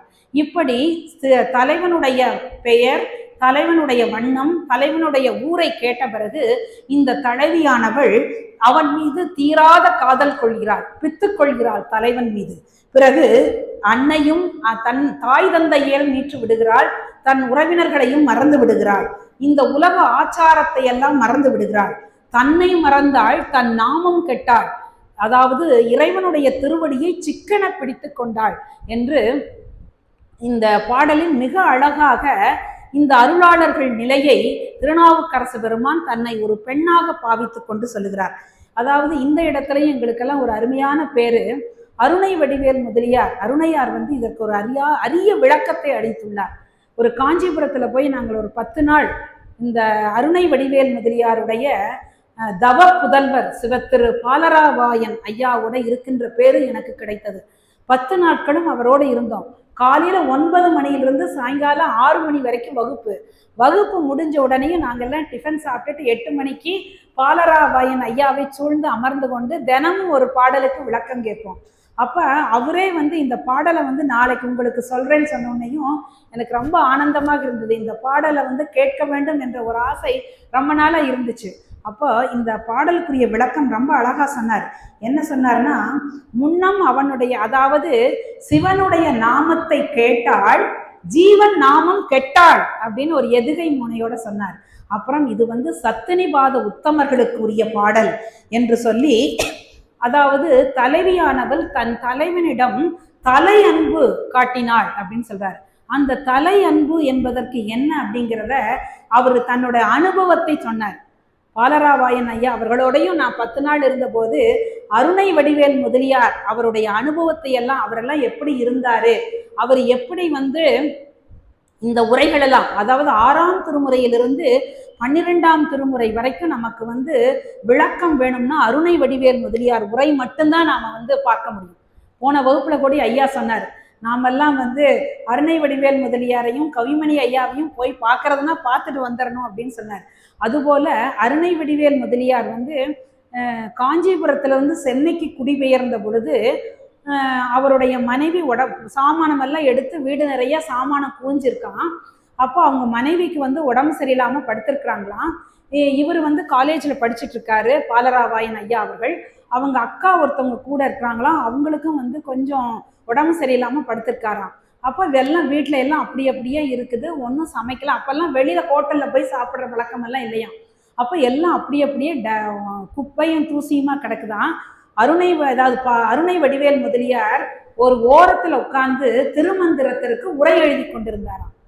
அதை பார்த்த உடனேயும் பாலராவாயன் ஐயாவுக்கு, அப்பா என்னப்பா இப்படி கிடக்குது, அம்மா உடம்பு சரியில்லாம படுத்திருக்காங்க, சமைக்கணும் சாப்பிடணும், நீங்க பாட்டுக்கு இப்படி உரை எழுதிட்டு இருக்கிறீங்கன்னு நான் கேட்டேன் அப்படின்னு அவருடைய அனுபவத்தை எல்லாம் ரொம்ப அழகா சொன்னாரு. அருணை வடிவேல் முதலியார் பூஜை செய்கின்ற பெட்டகத்தையும் எங்களுக்கெல்லாம் காட்டினார். அது ஒரு பெரிய, அவரை எல்லாம் பார்க்க முடியவில்லை என்றாலும் அவருடைய திருவுருவாக அவரது தவ புதல்வரை பார்க்கின்ற பேரெல்லாம் நமக்கு கிடைக்கும். ஒரு நாள் இந்த ஆடல்வல்லான் அறக்கட்டளையும் சபரி கோல்டன் டைமண்ட்ஸ் அவர்களையும் பாலராவாயன் பேசியிருக்காரு நம்ம கிட்ட நிறைய. அது மாதிரி அவருடைய நினைவுகளை நிறைய பகிர்ந்து கொண்டார். அப்போ இந்த தலை அன்பு என்பதற்கு அவர் ஒரு அனுபவத்தை சொன்னார். என்ன சொன்னார் அப்படின்னா, அவர் லயோலா காலேஜில் ஒர்க் பண்ணிட்டு இருந்தாராம். அப்போ அவருக்கு திருமணமாகி அவருக்கு 2 பெண் குழந்தைகள். முதல் பெண் குழந்தை மட்டும் பிறந்திருந்தது. அந்த குழந்தையை லீவுக்காக கொண்டு போய் கிராமத்தில் விட்டிருந்தாங்களாம். அப்போ விட்டிருந்த பிறகு இவர் எங்கேயெல்லாம் போறாரோ அங்கேயும் அவங்க துணைவியாரும் வருவதற்கு ஆசைப்படுவாங்களாம். அப்போ இவருக்கு மதுரை பல்கலைக்கழகத்தில் எக்ஸாம் டியூட்டி வந்திருக்கான். அப்போ இவர் சொன்னாரா, நான் இப்படி மதுரை சொல்றேன், நீ வரையா அப்படின்னு கேட்டாங்களாம். துணைவியாரும் சரி, பாப்பாவும் இல்லை நானும் வர்றேன் அப்படின்னு சொல்லி கூட வந்தாங்களாம். இப்போ இவங்க மதுரைக்கு ட்ரெயினில் போய் அங்கே ஒரு ரூம் போட்டு அம்மாவை அந்த ரூம்ல இருக்க சொல்லிட்டு, உனக்கு மதிய உணவு வந்துடும், நீ சாப்பிட்டுட்டு இரு, நான் ஒரு 4 மணி விளையாட அளவில் நாம் 2 பேரும் மீனாட்சி அம்மன் கோயிலுக்கு போகலான்னு சொல்லிட்டு அவர் மதுரை பல்கலைக்கழகத்துக்கு டியூட்டி பார்க்க போயிட்டாராம். அங்கே போய் பணி செய்துட்டு இருக்கும்போது கால தாமதமாகி 6 மணிக்கு தான் வந்தாராம். 6 மணிக்கு வரும் பொழுது இந்த அம்மா உட்காந்து ஓன்னு அழுதுட்டு இருந்தாங்களாம். உடனே பாலராவாயன் ஐயா போய் ஏமா அழுகுறீங்க, என்னாச்சு அப்படின்னும், நீங்க சென்னையில இருந்தீங்கன்னா எப்படியாவது வந்துடுவீங்க, எனக்கு பயம் இருக்காது. இங்க மதுரை புது இடம், யாராவது உங்களை கூட்டிட்டு போயிட்டாங்கன்னா என்ன பண்றது அப்படின்னு சொல்லி கண்ணீர் விட்டு அழுதாங்களாம். அப்போ அதுதான் கலை அன்பு அப்படின்னு சொல்லி 2-3 உதாரணங்கள் சொன்னாரு. நேரம் கருதி இந்த ஒரு அனுபவத்தை மட்டும் நான் உங்களிடம் பகிர்ந்து கொள்கிறேன். அப்படி ஒரு அருமையான இந்த பாட்டை எங்களுக்கு அனுபவ வாரியாக திரு பாலராவாயன் அவர்கள் சொன்னார்கள். இதுவே ஜீவன் முக்தரின் இன்புறு நிலையாக இங்கு சொல்லப்படுகிறது. இந்த ஞானிகர்கள் எல்லாருமே உலக தொடர்பை விட்டு விட்டு நிட்டை கூடுதலையே மிகவும் விரும்புவார்கள். அவர்களுக்கெல்லாம் இந்த உடம்பு ஒரு சுமையாக இருக்கும். இதற்கு ஒரு அருமையான ஓமையை சொல்லுகிறார் நம் ஆனந்தராச ஐயா அவர்கள். என்ன அப்படின்னா, ஒரு ஊரின் எல்லையில் ஒரு சுடுகாடு இருக்கிறது. அந்த சுடுகாட்டில் ஒரு பிணத்தை ஒரு ஆடவன் தூக்கி செல்லுகின்றான். அந்த பிணத்திற்கும் அந்த ஆடவனுக்கும் எந்தவித தொடர்பும் கிடையாது. அவனுடைய பணி என்னன்னா, இந்த பிணத்தை கொண்டு போய் அந்த சுடுகாட்டில் இறக்கி விடுவது மட்டும்தான் அவனுடைய பணி. அதுபோல அவன் அந்த பிணத்தை கொண்டு போய் இடுகாட்டில் இறக்கிவிட்டு விரைந்து வருகின்றான். அதுபோலத்தான் ஞானிகளுக்கும் இந்த உடம்புக்கும் அவர்களுக்கும் எந்த சம்பந்தம் இல்லை என்று நினைப்பார்கள். இந்த உடம்பை விட்டு விரைவாக இறைவன் திருவடியை அடைய வேண்டும் என்றும் விரும்புவார்கள். அதைத்தான் மாணிக்க வாசகரும் திணைத்துணை ஏனும் பொறேன் துயராக்கையின் தின்வலையே என்று சொல்லுகிறார். மேலும் விடகத்தே புகுந்திடுவான் மிக பெரிதும் விரைகின்றே ஆடகசீர் மணிக்குன்றே இடையரா அன்பு உனக்கியன் ஊடகத்தே நின்றுருக தந்தருள் எம் உடையானே. அதாவது வீடகத்தே புகுந்திடுவான் மிக பெரிதும் விரைகின்றேன், நான் இந்த உலகத்துல இருக்கல சாமி, சீக்கிரம் உன்னுடைய திருவடிக்கு வரணும் அப்படின்னு மாணிக்க வாசகரும் ஆசைப்படுவதாக தனது திருவாசகத்தில் அவர் சொல்லுகிறார். இந்த இடத்துல நாம ஒன்ன தெரிந்து கொள்ள வேண்டும். என்ன அப்படின்னா, ஞானமும் அன்பும் இணை பிரியாதவை. இவை இரண்டும் ஒன்றை ஒன்று விட்டு நிற்பன அல்ல, ஒன்றில் ஒன்று கலந்தே இருக்கும். முற்றிய ஞானத்தின் பயனே பக்தி என்று தெளிவுபடுத்துகிறது. ஞானம் என்பது ஈசன்பால் அன்பு என்று தெய்வ சேக்கிழார் சொல்கிறார். அதாவது ஞானம் என்றால் உயிர்களிடத்தில் அன்பு செலுத்துவதுதான் ஞானம் என்று திருத்தொண்ட தொகையில் தெய்வ சேக்கிழார் அவர்கள் சொல்லுகிறார். ஞானம் ஒன்றே முக்திக்கு வழி என்றும் சொல்லுகப்படுகிறது. ஞானம் என்றால் அன்பு, ஞானத்தால் தான் முக்தியை அடைய முடியும் என்று சைவ சித்தாந்தம் சொல்லுகிறது. அதைத்தான் மெய்கண்டாரும் மேற்சரியை கிரியா யோகங்களை செய்தொழில் நன்னறியாகிய ஞானத்தை காட்டி அல்லது மோட்சத்தை கொடா என்று சொல்லுகிறது. அதாவது படிநிலையாகிய சரியை கிரியை யோகம் செய்துதான் ஞானம் பெற முடியும். ஞானம் என்பது உயிர்களிடத்தில் அன்பு காட்டுதல், அந்த அன்பு காட்டுதல் மூலம்தான் நாம் முக்தியை அடைய முடியும் என்று மிக அழகாக நமக்கு இந்த முக்தியை பற்றி சொல்லுகிறார்கள். அதாவது இந்த முக்தியில் திருவருட்பயனில் 71வது குறள் சொல்லுகிறது, இன்புறுவார் துன்பார் இருளின் எழும் சுடரின் பின்புகுவார் முன்புகுவார் பின் என்பதாக அமைகிறது. அதாவது ஒரு ஒளிக்கற்றை இருந்தால் அந்த ஒளிக்கற்றைக்கு நாம் முன்னாடி சென்றோமேயானால் அந்த ஒளி நமக்கு கிடைக்காது இல்லைங்களா? அந்த ஒளிக்கு பின்னாடி சென்றாதான் அந்த ஒளி நமக்கு வழிகாட்டும். அதுபோல அருளாளர்கள் எல்லாம் எந்த செயல்களை செய்தாலும் யான் எனது என்ற பற்றற்று இறைவனை முன்னிலைப்படுத்தி அந்த செயலை செய்வார்கள். அவர்கள்தான் அருளாளர்கள் என்று அழைக்கப்படுகிறார்கள். அப்படி முன்புகுவாரை அபக்குவர் என்றும் பின்புகுவாரை பக்குவர் என்றும் சைவ சித்தாந்தம் சொல்லுகிறது. அதாவது இதுதான் இப்போ ஒரு நோய் குணமாவதற்கு ஒரு மருத்துவரிடம் செல்கிறோம். மருத்துவர் என்ன சொல்றாரு, நீங்க நான் சில மருந்துகளை தருவேன், சில பத்தியங்களையும் சொல்லுவேன். மருந்து மட்டும் சாப்பிட்டால் பத்தாது, பத்தியத்தையும் கடைபிடிக்க வேண்டும் என்று சொல்கிறார்.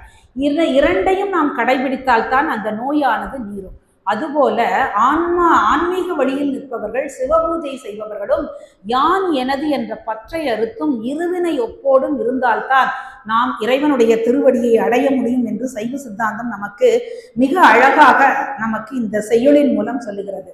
அதாவது எப்படி என்றால், தாமரை இலையானது தண்ணீரிலேயே பிறந்து தண்ணீரிலேயே வளர்கிறது. இருந்தாலும் அந்த தாமரை இலையில் தண்ணீர் ஒட்டுவதில்லை.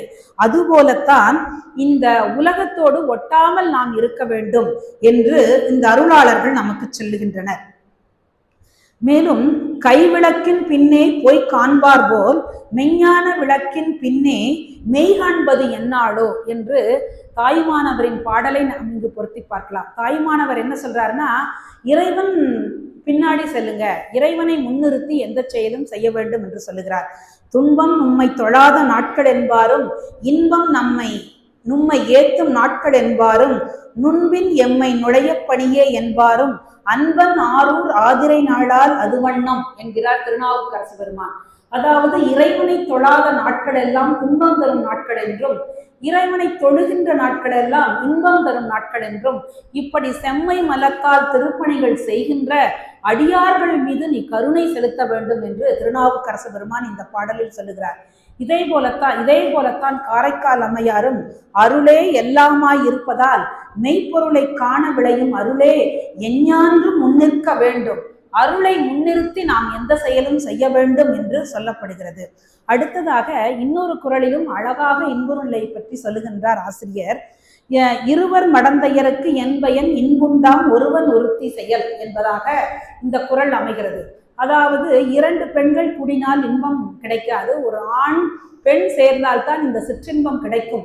அதுபோல இந்த உலகத்தில் உள்ள உயிர்கள், அதாவது ஆணவம், கண்மம், மாயை, அருள், உயிர் எல்லாமே பெண்ணாக பாவிக்கப்படுகிறது. ஏனென்றால் இந்த பொருள்கள் அனைத்தும் இறைவனால் ஆளப்படுகின்றது. இறைவன் ஒருத்தனே ஆள்பவன். இந்த இறைவனால் ஆளப்படுகின்ற பொருள்கள் ஆகிய பொருள்களை எல்லாம் பெண் என்று சொல்லுகிறது சைவ சித்தாந்தம். எனவே இந்த உடம்பினால் தான் இவர்கள் எல்லாம் ஆண்களே ஒழிய உயிரினால் இவை அனைத்தும் பெண்களே.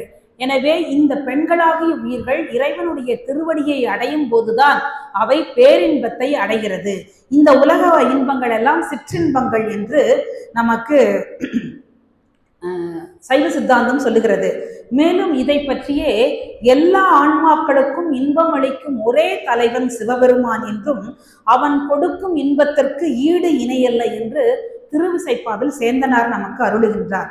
எவ்விடத்திலும் இறைவனது துணையின்றி உயிருக்கு நிலையில்லை, அறிவு இல்லை, செயலும் இல்லை, வாழ்வும் இல்லை.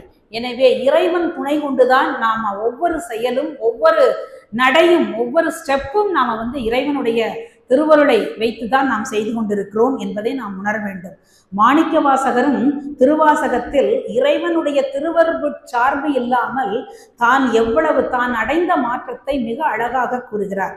கொம்பரில்லா கொடிபோல் அலமந்தன் கோமளமே வெம்புகின்றேனை விடுது கண்டாய் விண்ணவர் நன்னுகிலா உம்பருள்ளாய் மன்னும் உத்தரகோச மங்கைக்கு அரசே அம்பரமே நிலனே அனல் காலோடு அப்பு ஆனவனே என்று சொல்கிறார். அதாவது ஒரு கொடியானது படர்வதற்கு ஒரு கொம்பு இல்லாமல் எப்படி தவிக்கிறதோ அதுபோல உன்னிடம் தீட்கை பெற்றும் உன்னை அடைய முடியாமல் நான் தவிக்கின்றேன் என்று மாணிக்க வாசக பெருமான் மிக அழகாக இந்த இடத்தில் சொல்லுகின்றார். மேலும் சிவமும் அம்மையும் ஒரு பொருளும் ஒரு குணமும் போல, ஒரு பொருளை விட்டு குணம் என்றும் அகலாது. இப்ப சர்க்கரைங்கிற ஒரு பொருள் இருக்கிறது, அதற்குடைய குணம் இனிப்பு. அந்த சர்க்கரையில் இனிப்பு என்ற குணம் நீங்கி விட்டால் அதை சர்க்கரை என்று சொல்ல மாட்டோம். எனவே ஒவ்வொரு பொருளுக்கும் ஒரு குணம் இருக்கிறது. அதனால்தான் அம்மைக்கும் சிவனுக்கும் உள்ள தொடர்பை குணகுணி சம்பந்தம் என்று சொல்லுவார்கள். அதாவது சிவன் இல்லையேல் சக்தி இல்லை, சக்தி இல்லையேல் சிவன் இல்லை என்பதுதான் நம் சைவ சித்தாந்தம் சொல்லுகின்ற நெறி. இதைத்தான் உமாபதி சிவாச்சாரியாரும் சிவப்பிரகாச நூலில் இறைவன் முதல் அவன் தன் இளங்கோழி சத்தியுமாமே என்று சொல்லுகிறார். மேலும் தன்னிலைமை மண்ணுயிர்கள் சார தரும் சக்தி பின்னமிலான் எங்கள் பிரான், எப்பொழுதும் சிவபெருமான் அம்மையோடையே இணைந்திருப்பான் என்று சொல்லுகிறார். மேலும் எத்திரம் நின்றான் ஈசன் அத்திரம் அவளும் நிற்பன் என்று சொல்லுகிறார் சித்தியாரில். மேலும் அவையே தானேயாய் இருவினையின் போக்குவர உரிய ஆணையின் நீக்கமின்றி நிற்கும் என்றே. ஆணை என்பது இங்கு அம்மையை குறிக்கிறது. அம்மையோடு இணைந்து இந்த செயல்களை எல்லாம் சிவபெருமான் நமக்காக செய்கிறார் என்று சொல்லுகிறார். மேலும் களிறு ஆசிரியர் நம் கையினால் நாம் அனைத்தும் செய்தார் போல நாடனைத்தும் நங்கையினால் செய்தளிக்கும் நாயகன் அப்படிங்கிறார். அதாவது எப்படி நம்ம கையால நாம இந்த வேலைகளை செய்கிறோமோ அதுபோல சிவபெருமான் தன் நங்கையாகிய உமாதேவியை கொண்டு இந்த உயிர்கள் உய்வடைய செயல்களை செய்கின்றான் என்று களிறு ஆசிரியர் மிக அழகாக நமக்கு சொல்லுகிறார். அதனால்தான் சக்தி இல்லையேல் சிவம் இல்லை, சிவம் இல்லையேல் சக்தி இல்லை என்று சொல்லுகிறோம். இவ்வாறு சிவத்தை அன்றி தனித்து நிற்றல் கூடாமை பற்றி குணமாகிய அருளும், அதாவது அம்மையும் நமக்கு பெண்ணாக இங்கு ஓமை செய்யப்பட்டுள்ளது. எனவே தான் அல்லாஹ், அதாவது இந்த உயிர்கள் எல்லாம் பெண்ணெனவும் இறைவன் ஒருவன், சிவபெருமான் ஒருவனே ஆண் எனவும் அவன் திருவடியை அடைவதுதான் இந்த உயிர்களுக்கு பேரின்பம் என்பதை சைவ சித்தாந்தம் மிக அழகாக சொல்லுகிறது. அதாவது இந்த கருவி கூட்டத்தை பற்றி நின்ற அளவிலே நமக்கு இன்பம் விளையாது. அதாவது இந்த உலகத்தோடு தொடர்பு இருக்கும் பொழுது மட்டும் நமக்கு சிற்றின்பம் கிடைக்காது. அந்த உலக இன்பத்தில் அழுந்த வேண்டும். அழுந்தினால்தான் நமக்கு இன்பம் கிடைக்கும். எப்படி அப்படின்னா, சேலை எனக்கு ஆயிரக்கணக்கில் வேணும் அப்படின்னு வாங்கி வாங்கி பீரோவில் அடுக்கிறது தான் அதுல அழுந்துறது. அதுல அழுந்தும் பொழுதுதான் அந்த இன்பத்தை நாம பெற முடியும். அதுபோல அருள் கிடைத்தால் மட்டும் போராது, அந்த அருளில் அழுந்த வேண்டும். அப்பொழுதுதான் அந்த இறைவனுடைய திருவடியாகிய ஆனந்த நிலையை நாம் அடையலாம் என்று சைவ சித்தாந்தம் சொல்லுகிறது. மேலும் அருள்நிலைக்கு அப்பால் ஆனந்த நிலை என்று உள்ளது என்பதை நாம் உணர்ந்து கொள்ள வேண்டும். கேட்டல், சிந்தித்தல், தெளிதல், நிட்டைகூடல் என்பதில் தெளிதல் என்பது துரிய நிலையையும், நிட்டைகூடல் என்பது துரியாதீத நிலையும் நமக்கு சொல்லுகிறது. அதே போலத்தான் அவத்தையில் சுத்த சாக்கரம், சுத்த சொப்பனம், சுத்த சுளுத்தி, சுத்த துரியம், சுத்த துரியாதீதம் இந்த நிலையில் சுத்த துரிதம் என்பது அருள் நிலையையும், சுத்த துரியாதீதம் என்பது ஆனந்த நிலையும் நமக்கு சொல்லுகிறது. இதெல்லாம் அனுபவப்படும் போதுதான் நமக்கு சாத்தியமாகும். படிக்க படிக்க நமக்கு அதனுடைய விளக்கம் நமக்கு புரியும். இப்படி துன்பரு நிலை பாசநீக்கம் எனவும், இன்புறு நிலை என்பது சிவப்பேரும் என்பது அருணையார் ஐயாவின் உரையாக நமக்கு அமைகிறது. இப்போ இந்த இன்பத்தை பெறுவதற்கு நாம் என்ன செய்ய வேண்டும், அதை எப்போது பெறலாம் என்பதற்கு ஒரு விடையாக திருவருட்பயனில் ஒரு குறளை சொல்லுகிறார் உமாபதி தேவநாயனார். என்ன குறள் என்றால், சிவாய நம, திருச்சிற்றம்பலம். அதாவது, இன்பில் இனிதென்றால் இன்றுண்டேல் இன்றுண்டாம் அன்பு நிலையே அது என்கிறார். அதாவது இன்பம் எல்லாவற்றுக்கும் மேலான இன்பம் இறைவன் தருகின்ற பேரின்பம். இந்த பேரின்பத்தை நாம் பெறுவதற்கு முதலில் ஒன்று செய்ய வேண்டும். அது என்ன என்றால், இறைவனிடத்தில் நாம் அன்பு செலுத்த வேண்டும். வழிபாடு செய்யும் பொழுது அன்போடு இறைவனை உருகி காதலாகி கசிந்து கண்ணீர் மல்கி என்று சொல்லுகிறார் அல்லவா, அதுபோல நாம் இறைவனிடத்தில் அன்போடு நாம் வழிபாடு செய்தோமேயானால் அந்த இன்பம் இப்பொழுதே, இன்றே, இந்த நொடியிலே கிடைக்கும் என்று உமாபதி சிவாச்சாரியார் நமக்கு மிக அழகாக சொல்லுகிறார். இதைத்தான் மாணிக்க வாசகரும் ஆறா அமுதே அளவிலா பெம்மானே என்று கூறுகிறார். அதாவது அனுபவிக்க அனுபவிக்க தெவிட்டாத இன்பமாக இந்த பேரின்பம் இருக்கும் என்பதை அருளாளர்கள் நமக்கு அனுபவித்து சொல்லி இருக்கிறார்கள். அதாவது நமக்கெல்லாம் பக்குவம் அடையாத என்னை போன்றவர்களுக்கெல்லாம் முக்தி இன்பம் எப்படி இருக்கிறது என்று தெரியாது. அதைத்தான் நாம் சொல்லுவோம், விண்டவர் கண்டதில்லை, கண்டவர் விண்டதில்லை என்று சொல்லுவார்கள். ஆனால் இந்த அருளாளர்கள் எல்லாம் ஜீவன் முக்தர்களாக இருந்து இந்த உலகத்தில் இந்த உடம்பு இருக்கும் போதே இந்த பேரன்பத்தை நமக்கெல்லாம் எடுத்து சென்றுள்ளார்கள். அதைத்தான் அருணகிரியாரும் இறையின்பம் ஆகிய இந்த பேரின்பம் இத்தகையது, அதனால் இந்த உலக இன்பத்தை அனுபவித்த பிறகு, இறைவன் தருகின்ற பேரின்பத்தையும் அனுபவித்த பிறகு இந்த உலக இன்பம் எல்லாம் தனக்கு அணுவாக தெரிகிறது என்று சொல்லுகிறார். அரும்பும் தனி பரமானந்தம் தித்தித்து அறிந்த அன்றே கரும்பும் துவர்ப்பும் செந்தேனும் புளித்து அரை கைத்ததுவே என்கிறார். அதாவது இறைவன் தருகின்ற பேரின்பத்தை நான் அனுபவித்த பிறகு இந்த கரும்பு பாலானது துவர்க்கிறது, தேனானது புளிக்கிறது என்று சொல்லுகிறார் அருணகிரியார். இவ்வாறு இறை இன்பம் எல்லா இன்பங்களிலும் மேலான இன்பம் என்றும், அதனால் தான் இதை இன்பில் இனியது என்று உமாபதி சிவாச்சாரியார் நமக்கு அருளுகின்றார். அதான் யாவர்க்கும் மேலாம் அளவிழா சீருடையான் ஆகிய சிவபெருமான் அடியவர்களுக்கு எளிவந்த காட்சியை, எளிவந்து நமக்கெல்லாம் கருணை தரக்கூடிய வள்ளலாக நமக்கு காட்சியளிக்கிறார். அவர் மீது நாம் அன்பு செலுத்தி வழிபாடு செய்தோமேயானால் அந்த பேரின்பத்தை இந்த நொடியிலே நாம் பெறலாம் என்பதுதான் சைவ சித்தாந்தம் நமக்கு சொல்லுகின்ற ஹாரி ஹோம் மெசேஜாக நமக்கு இருக்கிறது. இதைத்தான் மாணிக்க வாசகரும் ஒரு தெரியா காலத்தே உள் புகுந்தென் உலமன்னே கருத்திருத்தி ஊன் போக்கு கருணையினால் ஆண்டு கொண்ட திருத்துருத்தி யானை தீர்த்திக்கும் சிவபதத்தை அருத்தியினால் நாயடியேன் அணிகொள்வில்லை கண்டேனே என்று சொல்லுகிறார். அதாவது இந்த உரு தெரியாத காலத்திலிருந்தே கேவலம், சகலம், சுத்தம் இந்த 3 நிலையிலும் இறைவன் நமக்கு கூட இருந்து கருணை செய்கிறார் என்று சொல்லுகிறார். இப்படி ஒரு இந்த கருத்தை நம்ம ஆசிரியர் ரொம்ப அழகா சொல்லியிருக்கிறார் போற்றிப்பக்கருடைய. அதாவது கரு இருந்த காலத்திலேயே, அதாவது ஒரு தாயினுடைய கருவறையில் நாம இருந்த போதே இறைவன் நமக்கு கூட இருந்து உதவி செய்கிறார். அதாவது கருக்குழி, அதாவது ஒரு நாற்றம் பிடித்த இந்த கருக்குழியில் அந்த கருவிற்கு துணையாக இறைவன் இருக்கின்றான். மேலும் அந்த கருவை புழுக்களும் பூச்சிகளும் தின்று விடாதபடி இறைவன் காத்து இருக்கிறான். பிறகு அந்த கருவை அந்த கருவின் வினைக்கு ஏற்ப கை கால்கள் எல்லாம், உறுப்புகளை எல்லாம் படைக்கிறான். எப்படி கண்ணு வைக்கிற இடத்துல கண்ணு, மூக்கு வைக்கிற இடத்துல மூக்கு, வாய் வைக்கிற இடத்துல வாய், தலை வைக்கிற இடத்துல தலை, மயிறு, உள்ள வைக்கிற மூளையும் மறக்காமல் வைக்கிற இல்லைங்களா? அது மாதிரி எல்லா உறுப்புகளையும் அந்தந்த இடத்தில் தக்கவாறு வைத்து அப்புறம் அதை என்ன பண்றார் அப்படின்னா ஆசரவே செய்து திருத்தி அப்படிங்கிறார். ஆசரவே அப்படின்னா அதை கொஞ்சம் திருத்துறார், அதாவது ஃபைனல் டச்சப் கொடுக்கறது. சிற்ப சிலைகளுக்கெல்லாம் பார்த்தீங்கன்னா கடைசியில டச்சப் கொடுக்குற மாதிரி மூக்கு கரெக்டா அவங்க வினைகளுக்கு ஏற்ற மாதிரி அமைக்கிறாரு. சிரிச்சா கன்னத்துல குழி விடுற மாதிரி ஒரு குழி வைக்கிறாரு. இப்படி ஆசரவே திருத்தி பிறகு யோக நிறுத்தி அப்படிங்கிறார். அதாவது அந்த குழந்தையை தலைகீழாக நிறுத்துறார். அதை தான் யோக நிலை. தலை கீழாகவும் கால் மேலாகவும் நிறுத்தி பிறகு விந்து எதன் வழியாக சென்றதோ அதன் வழியே அந்த குழந்தையை பத்திரமாக இழுத்து கொண்டு இந்த உலகத்தில் விடுகிறார். அப்படி அந்த ஒவ்வொரு நிலையிலும் ஒவ்வொரு செயலிலும் இறைவன் நம்ம கூட இருக்கிறார் அப்படிங்கிறத ரொம்ப அழகாக போற்றிப்பக்கருடைய உமாபதி தேவநாயனார் நமக்கு சொல்லுகின்றார்.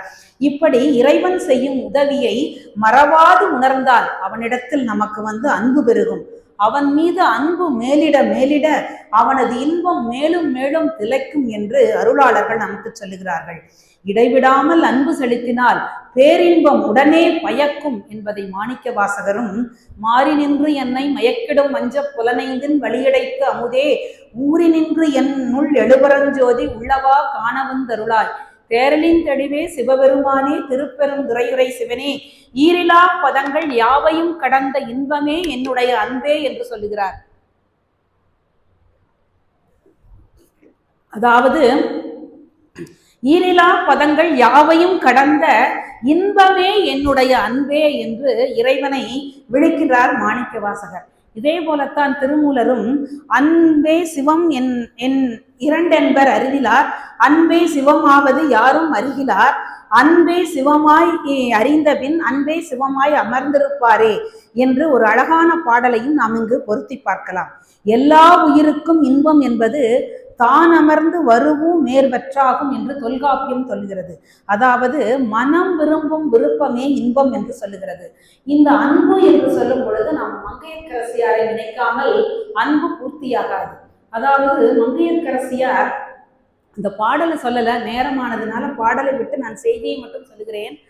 ஞானசம்பந்தர் அம்மே அப்பா என்று அழைத்தருளி அருள் அருதரும் போது உமையம்மையே பொற்கிண்ணத்தில் ஞானம் கலந்த பாலை கொடுத்தால் என்ற செய்தியை கேள்விப்பட்டவுடன் மங்கையர்க்கரசியாரின் தனங்களில் இருந்து பால் சுரந்ததா. அப்படி அன்பு ஞானசம்பந்தர் மீது மங்கையர்க்கரசியாருக்கு. அப்படி அவரை பார்க்காமலே அவரிடத்தில் அன்பு கொண்டவர் மங்கையர்க்கரசியார். அதனால்தான் தெய்வ சேக்கிழார் மங்கையர்க்கரசியார் புராணத்தில் போற்றுவார் கடல் எம்மால் போற்றலாமே என்று சொல்கிறார். யாரெல்லாம் மங்கையர்க்கரசியாருடைய திருவடிகளை வணங்குகிறார்களோ அவர்களுடைய திருவடியை நாமும் வணங்குவோம் என்று ஒரு பெரிய ஒரு அடியாரை வணங்கும் நிலையை தெய்வ சேக்கிழார் நமக்கு மிக அழகாக எடுத்து சொல்லுகிறார். அந்த பாடலில் களிறு ஆசிரியர் மிக அழகாக இந்த பாடலில் நமக்கு சொல்லுகிறார். மேலும் அந்த பாடலில் தாழ்ந்த மனமுடையாள் என்று மங்கையர்க்கரசியாரை சொல்லுகிறார். தாழ்ந்த மனமுடையாள் என்றால் சிவபெருமானின் மீதும் அடியார்களின் மீதும் மிகுந்த அன்பு கொண்டவர் மங்கையர்க்கரசியார் என்பதை சொல்லுகின்றார்.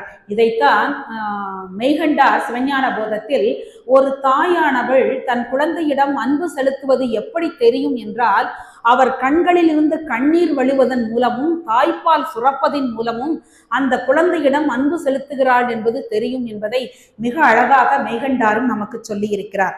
இதை என்று இந்த அருளாளர்களின் நிலையை நாம் இவ்வாறு தெரிந்து கொண்டோம். இதே போல அன்பு என்றால் கண்ணப்பரை நாம் நினைக்காமல் அன்பு என்றுமே பூர்த்தியாகாது. கண்ணப்பருடைய வரலாறு நம்ம எல்லாத்துக்குமே தெரியும். அந்த சிவகோச்சாரியார் பூஜை கண்ணப்பருடைய பூஜையை பார்த்து அவர் நாள்தோறும் அழுகிறார். என்ன பெருமானே, இப்படியெல்லாம் இந்த வழிபாட்டை நான் பார்க்கக்கூடிய வாய்ப்பு எனக்கு பெற்றேனே, நான் என்ன தவம் செய்தேன், இது மாதிரி உனக்கு வழிபாடு செய்கிறார்களேன்னு அழுகிறாரு.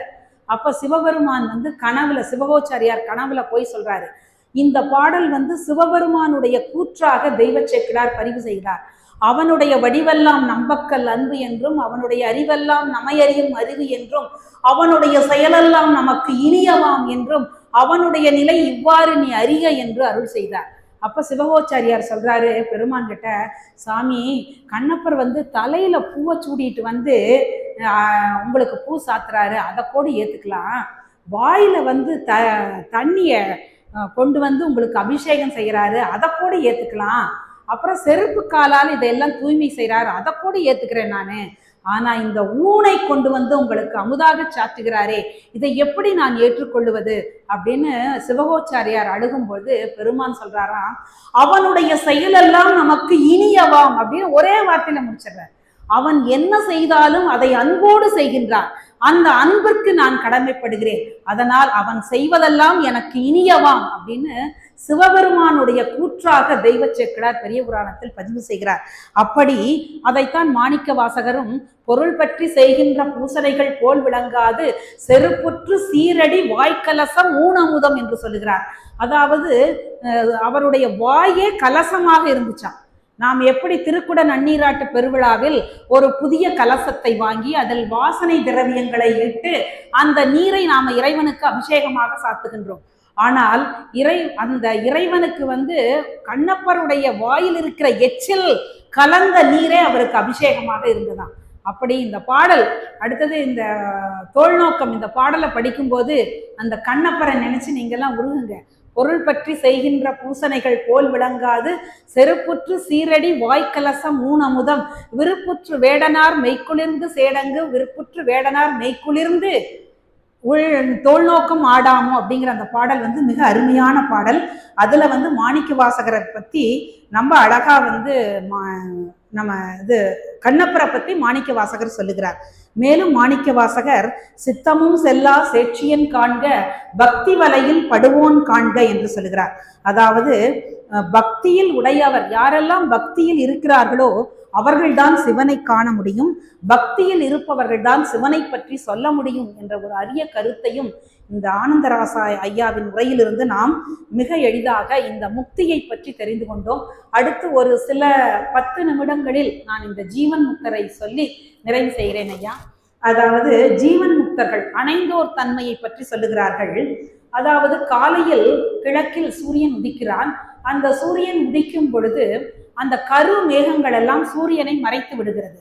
இந்த கரிய மேகங்கள் எல்லாம் ஆணவ மலத்திற்கு ஓமையாகவும் சூரியனை ஆன்மாவுக்கு ஓமையாகவும் கூறுகிறார் ஆனந்தராசா ஐயா அவர்கள். எனவே அந்த கரிய மேகமானது சூரியனை மறைப்பது கேவல நிலையையும், பிறகு கொஞ்ச நேரம் கழிச்சு அந்த கரிய மேக மூட்டங்கள் எல்லாம் சிறிது விலகிய பிறகு சூரிய ஒளி சிறிது தெரிகிறது, அதை சகல நிலைக்கும். அடுத்தது ஒரு காற்று பலமாக வீசுகிறது. அந்த காற்று ஆனது வேகமாக அடிக்கும் பொழுது அந்த கரிய மேக கூட்டங்கள் எல்லாம் உடனே விலகி சூரியன் பிரகாசமாக தெரிகிறது. இது ஆன்மாவினுடைய சுத்த நிலையாகவும் கூறுகிறார். அதாவது அந்த காற்றை நாம குருவாக எடுத்துக்கொள்ள வேண்டும். ஒவ்வொரு ஆன்மாவுக்கும் குரு என்பவர் மிகவும் முக்கியமானவர். குரு தான் நமக்கு இறைவனுடைய திருவடியை அடைய செய்வார். எப்படிங்க இது ரொம்ப முரண்பாடே இருக்கிறது அப்படின்னு உங்களுக்கு ஒரு கேள்வி எழலாம். இதற்கு ஒரு சின்ன ஓமை சொன்னால் உங்களுக்கு புரியும். அதாவது தாயுமானவர் தன்னுடைய பராபர கண்ணியில சொல்றாரு, மூர்த்தி தலம் தீர்த்தம் முறையாக வணங்குபவருக்கு நல்ல வார்த்தையும் சொல்ல சத்குருவும் வாய்க்கும் பராபரமே என்கிறார். அதாவது ஒரு நல்ல குரு உங்களுக்கு வேண்டுமென்றால் நீங்கள் மூர்த்தி தலம் கீர்த்தி இருக்கிற கோயிலுக்கு சென்று வழிபாடு செய்யுங்கள். அதாவது இறைவனை வழிபாடு செய்தால் உங்களுக்கு குரு கிடைப்பார் என்று சொல்கிறார். இது பார்த்தா ஒரு முரண்பாடு இருக்கு இல்லைங்களா? அதாவது சாமியை காலடியை பிடிக்கணும்னா பூசாரியினுடைய அருளை பெற வேணும் அப்படின்னு எல்லாம் சொல்றாங்க. இது ஒரு முரண்பாடே இருக்குது அப்படின்னு நமக்கு தோணலாம். அதற்கு ஆழ்வார்களில் திருக்கச்சி நம்பி அவர்களினுடைய வாழ்க்கை வரலாற்றை ஒரு சின்ன உதாரணத்தை மட்டும் சொல்லும்போது நமக்கு இது எளிதாக புரியும். காஞ்சிபுரத்தில் திரு கச்சி நம்பி அவர்கள் வந்து ஒரு ஆழ்வார் இருக்கிறார். அவர் தினமும் அந்த காஞ்சி வரதராஜ பெருமாள் கோயிலில் கைங்கரியம் செய்வதையே தனது பணியாக கொண்டிருக்கிறார். என்ன கைங்கரியம் சொல்றதுன்னா, ஆளவட்டம் வீசுதல், அதாவது விசிறி வீசுவதுதான் அவருடைய பணி.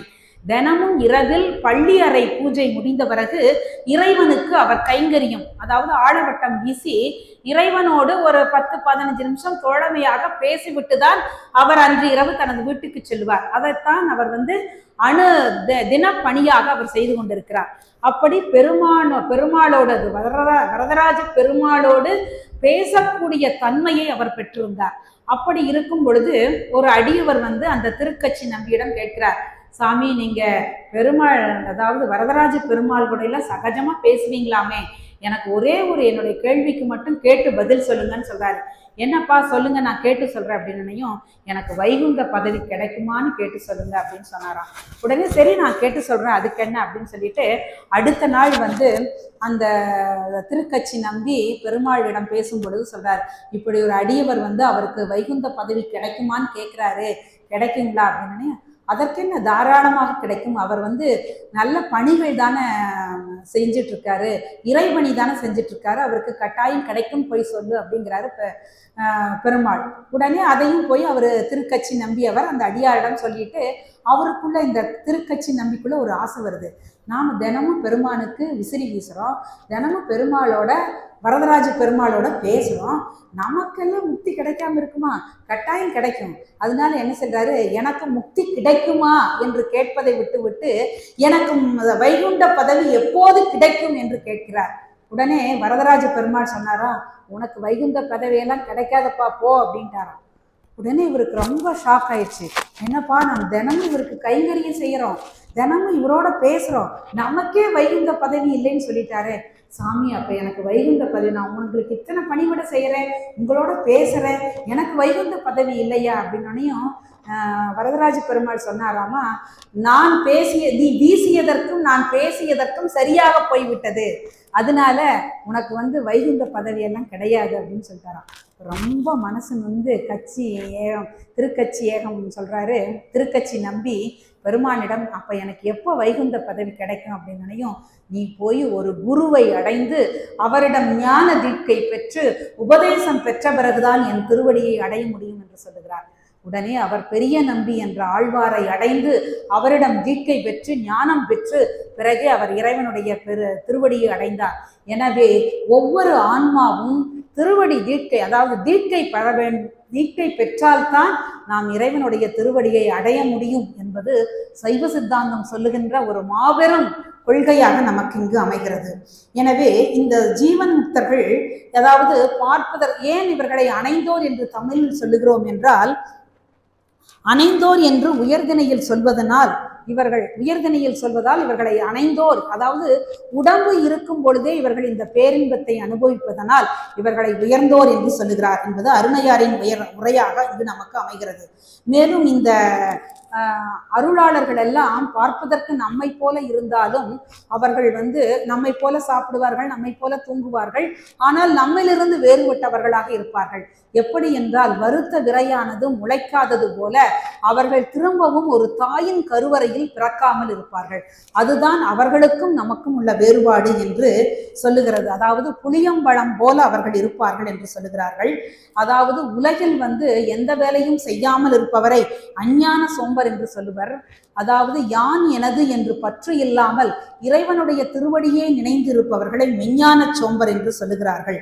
இப்படி அதாவது வந்து அப்படி அருளாளர்கள் வந்து எல்லா உயிர்களிடத்தும் ஒரே மாதிரி நிகழ்ந்துக்குவாங்க. இப்படி மூச்சுக்காற்று வந்து நான் செல்வந்தர்களிடம் மட்டும்தான் இருப்பேன், வறியவரிடம் செல்ல மாட்டேன் என்று சொல்லுவதில்லை. தண்ணீரானது நான் பசுவுக்கு மட்டும்தான் கொடுப்பேன், சிங்கத்திற்கு கொடுக்க மாட்டேன் என்று சொல்லுவதில்லை. அதாவது அதுபோல முழுநிலாவானது நான் குளிர்ச்சியை பெரியவர்களுக்குத்தான் தருவேன், சிறியவர்களுக்கு தருவதில்லை என்று பேதம் காட்டாதது போல இந்த ஜீவன் முக்தர்கள் அனைவரும் எல்லா உயிர்களிடத்தும் அவர்கள் ஒரே மாதிரி நடந்து கொள்வார்கள் என்பதுதான் அவர்களுடைய செயலாக இருக்கும். இதற்கு வந்து நாம திருமருகல்ல ஞானசம்பந்தர் அந்த வணிகனை எழுப்பின காட்சியும் அப்பூதியடிகளுடைய மூத்த திருநாவுக்கரசர் எழுப்பிய வரலாற்றிலிருந்தும் முதலையின் வாயிலிருந்து நம்ம சுந்தரர் மகனை மீட்ட நிகழ்ச்சிகள் எல்லாம் அவர்களுக்கு எந்த பயனும் கிடையாது. இந்த உயிர்கள் உய்வடைய வேண்டும் என்பதற்காகத்தான் செய்கிறார்கள். இப்ப தண்ணீர் ஓடி வருகிறது என்றால் இடையில் ஒரு பள்ளம் இருந்தால் அந்த பள்ளத்தை நிரப்பி விட்டுதான் அந்த தண்ணீர் ஓடும். அதுபோல இந்த ஜீவன் முக்தர்கள் அருளாளர்கள் எந்த உயிரை கண்டாலும் அந்த உயிரின் துன்பத்தை நீக்கிவிட்டுதான் அவர்கள் செல்வார்கள். அப்படித்தான் திருமருகில் திருஞான சம்பந்தர் அந்த பெண்ணை அழுததை பார்த்தவுடன் அந்த பெண்ணின் துயரை துடைத்து விட்டு பிறகு கோயிலுக்குள் சென்றிருந்தார். அவர் நினைத்திருந்தால் நமக்கு என்ன வேலை, கோயில்ல போய் பதியம் பாடுறதான வேலை அப்படின்னு நினைச்சிருக்கலாம். இல்ல, அவர் அந்த உயிரினுடைய துன்பத்தை நீக்கிவிட்டுதான் அவர் கோயிலுக்குள் சென்றார். இதுதான் அருளாளர்களுடைய நிலையாக இருக்கும். இருவினை ஒப்போடு இருப்பார்கள். ஓடும் செம்பொன்னும் ஒக்கவே நோக்குவர், வீடும் வேண்டாம் விரலினர் என்பது போல அவர்கள் இருவினை ஒப்போடு இருப்பார்கள் என்று சொல்லி இந்த ஜீவன் முக்தர்களுடைய நிலை இவ்வாறு சொல்லப்படுகிறது. இந்த ஜீவன் முக்தர்கள் யான் எனது என்ற பற்று இல்லாமல் இருப்பார்கள். இந்த ஒரு செய்தியை மட்டும் சொல்லிட்டு நான் நிறைவு செய்கிறேன். அதாவது நமக்கு மூன்று வினைகள் இருக்கிறது. சஞ்சித வினை, பிராரத்த வினை, ஆகாமிய வினை. இந்த 3 வினைகள் இருக்கிறது. இந்த 3 வினைகளையும் நாம நீக்கி NOC அதாவது நோ அப்ஜெக்ஷன் சர்டிபிகேட் பெற்றாதான் நாம் இறைவனுடைய திருவடியை அடைய முடியும். அப்போ நாம முதல் வினையாக, அதாவது சஞ்சித வினை என்பது இறந்த கால வினை, அந்த வினையை வைத்துதான் நமக்கு இந்த பிறப்பு கொடுக்கப்பட்டிருக்கிறது. அந்த சஞ்சித வினையை எவ்வாறு நீக்க வேண்டும் என்றால் அனைவரும் நாம தீட்சை பெற வேண்டும். அதாவது சமய தீட்சையாவது நாம இந்த வகுப்புக்கு வருபவர்கள் அனைவரும் சமய தீட்சையாவது பெற வேண்டும். ஏன் சமய தீட்சை பெற வேண்டும் என்றால் சமய தீட்சையின் போது குருநாதர் நமக்கு நயன தீட்சை கொடுப்பார். நயன தீட்சை கொடுக்கும் பொழுது நம்மளுடைய சஞ்சித வினைகள் எல்லாம் கூட்டோடு கழிந்து விடும். அதனால் நம்ம சஞ்சித வினை நீங்க வேண்டும் என்றால் நாம எல்லாரும் தீட்சை வாங்கணும். அடுத்தது பிராரத்த வினை. இந்த பிராரத்த வினையானது இந்த உடல் இருக்கும் மட்டும் இருந்துதான் இருக்கும். அது உடல் ஊழாய் கழியும் என்று சொல்லுவார்கள். எப்படி அப்படின்னா, நம்ம காலத்தில் வாழ்ந்த ரமண மகரிஷி அவருடைய அதாவது முக்தி பேர் அடையும் காலத்தில் அவருக்கு புற்றுநோய் வந்துருச்சு. தொடையில கட்டி இருந்துச்சு. அதை அறுவை சிகிச்சை செய்ய வேண்டும் என்று மருத்துவர்கள் சொன்னபோது எந்தவித அனஸ்தீசியா மயக்க மருந்து இல்லாமல் அவருக்கு அந்த சிகிச்சை செய்யப்பட்டது. அவர் இந்த உடல் வேறு உயிர் வேறு என்று கருதினால்தான் அவருடைய அந்த துன்பம் அந்த உடம்பை தாக்கியதே ஒழிய உயிரை தாக்கவில்லை. அப்படி இந்த உடம்பு இருக்கும் மட்டும் இந்த பிராரத்த வினை இருந்துதான் தேரும். அந்த பிராரத்த வினையை கழிப்பதற்கு தான் நாம் திருமுறைகள் பாட வேண்டும்.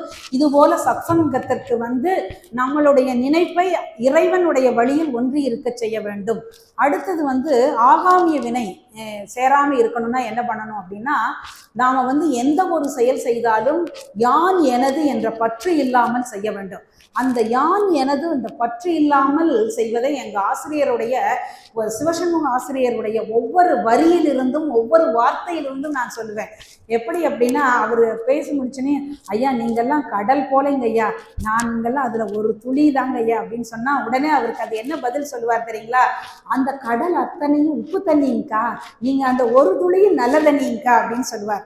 அதாவது அந்த வினை தன்மேல் ஏறாமல் ஒவ்வொரு வரியும் இனிமேல் அவர் பேசும்போது சொல்லுங்க, நீங்க வகுப்பு நல்லா இருந்துச்சு அப்படின்னா, அக்கா நீங்க வந்ததுனால தான்க்கா வகுப்பு நல்லா இருந்துச்சு அப்படின்னு தன்மேல் வினை ஏற்றாமல் பார்த்துக்கொள்வார்.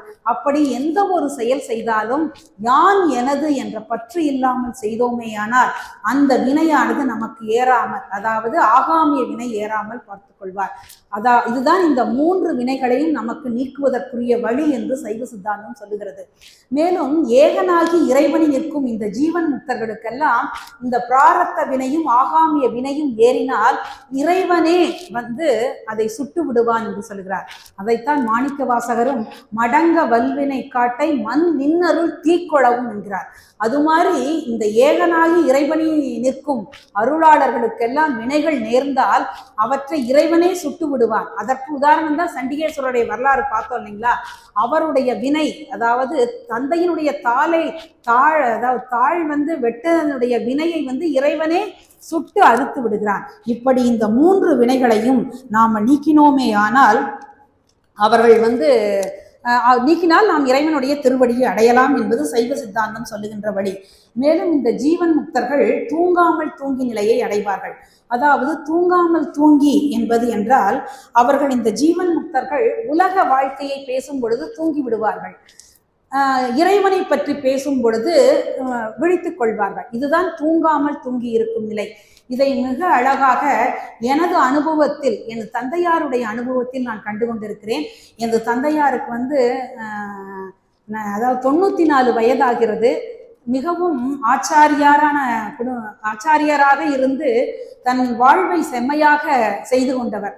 அவரிடத்திலிருந்து கற்றுக்கொண்ட பாடம், அதாவது அவர் இப்போ ஒரு போன வாரம் நம்ம கற்பகம் காலேஜில் வேள்வி பயிற்சி, ஆசிரியர்களுக்கு வேள்வி பயிற்சி கொடுக்கின்ற விழா 3 நாள் நடைபெற்றது. அந்த நிறைவு விழாவில் திரு குமாரலிங்கம் ஐயா அவர்கள் நீங்கள் அப்பாவை அழைச்சிட்டு வரணும்னு சொன்னாங்க. சரின்ட்டு நான் அப்பாவை அழைச்சிட்டு வந்தேன்.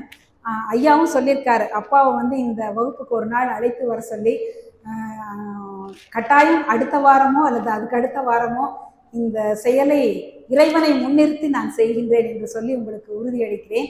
அப்படி அந்த விழாவுக்கு வந்தோடனே அப்பாவுக்கு நான் வரும்போதே சொல்லிட்டு வரேன். அப்பாவுக்கு அந்த 94 வயதானதுனால இந்த உலக பற்றலெல்லாம் அவருக்கு ஞாபகம் இருக்கிறது இல்லை. எங்கே போகிறோம் எங்கே வர்றோம் அப்படிங்கிறதெல்லாம் ஞாபகம் இருக்கிறது இல்லை. அதனால வரும்போது ஒரு 4-5 தடவை, அப்பா இது ஒரு வேள்வி வழிபாட்டு வகுப்பு, அதை முடிஞ்சு நிறைவு நாளில் நீங்கள் ஒரு 10 நிமிஷம் பேசணும், அதனால நீங்கள் இந்த வழிபாடை பற்றி பேசுங்க அப்படின்னு சொல்லிட்டு வந்திருக்கிறேன். அப்பாவை ஸ்டேஜில் உட்கார வச்சோன்னே அப்பா என்னை கூப்பிட்டு எதுக்கு வந்திருக்கிறோம் அப்படின்னு கேட்குறாரு என்னையை திரும்பவும். அப்போ திரும்பவும் நான் அதெல்லாம் சொல்லிவிட்டு ஒரு 10 நிமிஷம் பேசுங்கப்பா அப்படின்னு சொன்னோன்னையும் அப்பா அந்த குருவினுடைய மகிமை சொல்லும்போது, ஐம்புல வேடரின் அயர்ந்தனை வளர்ந்தன தம்முதல் குருவுமாய் தவத்தினில் உணர்த்த விட்டு அப்படின்னு நூற்பா அத்தனையும் பார்க்காம சொல்றாரு, திருமுறைகள் அத்தனையும் பார்க்காம சொல்றாரு. ஆனா தான் எதற்கு வந்திருக்கிறோம் அப்படிங்கிறத மறந்துடுறாரு. அதுதான் அவரிடம் நான் கண்ட தூங்காமல் தூங்கி இருக்கும் நிலை. அதாவது உலக பற்றை பேசும் பொழுது தான் எதற்கு வருகிறோம் என்கிறத கூட மறந்துகிறாரு. ஆனா சிவஞான போதத்தில் இருக்கிற அத்தனை செய்யுளும் அத்தனை நூற்பாவும் அவருக்கு மனப்பாடம். அதுல அப்படியே வரிசையா சொல்லிட்டு இருக்கிறாரு. அந்த திருமுறைகள் அத்தனையும் சொல்லிட்டு இருக்கிறாரு. அப்புறம் 10 நிமிஷம் கழிச்சு அப்புறம்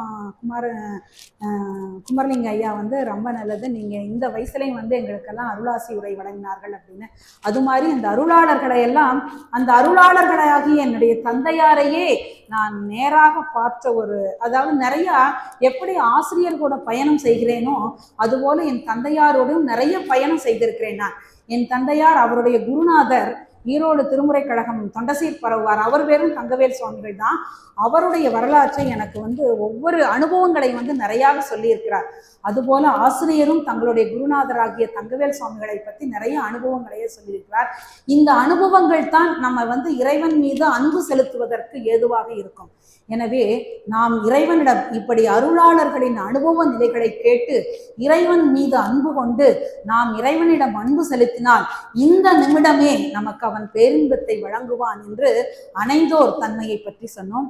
எங்க ஆசிரியர் ரொம்ப அழகா சொல்லுவார், அதாவது முக்தி, அதாவது திருவடி என்ற பேருந்தில் ஏறி முக்தி என்ற தலத்தை அடைந்தால் நமக்கு திருவடி இன்பம் கிடைக்கும். ஆனால் உலகம் என்ற பேருந்தில் ஏறினால் அது திரும்பவும் இந்த பிறவி என்ற இடத்திற்கு நம்மை கொண்டு வந்து விடும். கோயம்புத்தூர்ல போனீங்கன்னா காந்தி பார்க் டு காந்தி பார்க்னு ஒரு 7ஆம் நம்பர் பஸ் இருக்கும். காந்தி பார்க்ல ஏறினீங்கன்னா காந்தி பார்க்கே கொண்டு வந்து விடும். அது போல இந்த உலகம் என்ற பஸ்ஸில் ஏறினோம்னா திரும்பவும் இந்த பிறவி என்ற இடத்தில் தான் நம்மை கொண்டு வந்து விடும். எனவே நாம் எல்லாம் இந்த திருவடியாகிய பேருந்தில் ஏறி, அதாவது பேருந்துனா என்ன, இந்த செவ்வாய்க்கிழமை ஒவ்வொரு நாளும் நடக்கின்ற இந்த வகுப்பிற்கு நாம் எல்லாம் முக்தி என்ற ஊரை அடைந்து இறைவனுடைய திருவடியை அடைந்து எல்லோரும் உய்வடைவோம் என்று சொல்லி இந்த ஒரு அருமையான வாய்ப்பை நல்கிய கொங்கு மண்டலம் ஆடவல்லான் அறக்கட்டளைக்கும் நமது சபரி கோல்டன் டைமண்ட் நிறுவனத்திற்கும் எனது அன்பார்ந்த நன்றிகளை சொல்லி, எதியமை பணிகளும் ஆரது கேட்போம் எம்பெருமான் பள்ளி எழுந்தருளாயே என்று சொல்லி இன்று கிடைத்த சிறப்புகள் அனைத்தையும் எனது குருநாதர் சம்பந்த சரணாலயர் திருவடிகளில் என்ன மலர்களாக சமர்ப்பித்து அடுத்த செயலை நோக்கி நாம் செல்வோம் என்று சொல்லி இந்த வாய்ப்பை அளித்த உங்களது திருவடிகளையும் மனம் மெய்மொழிகளால் வணங்கி விடைபெறுகிறேன்.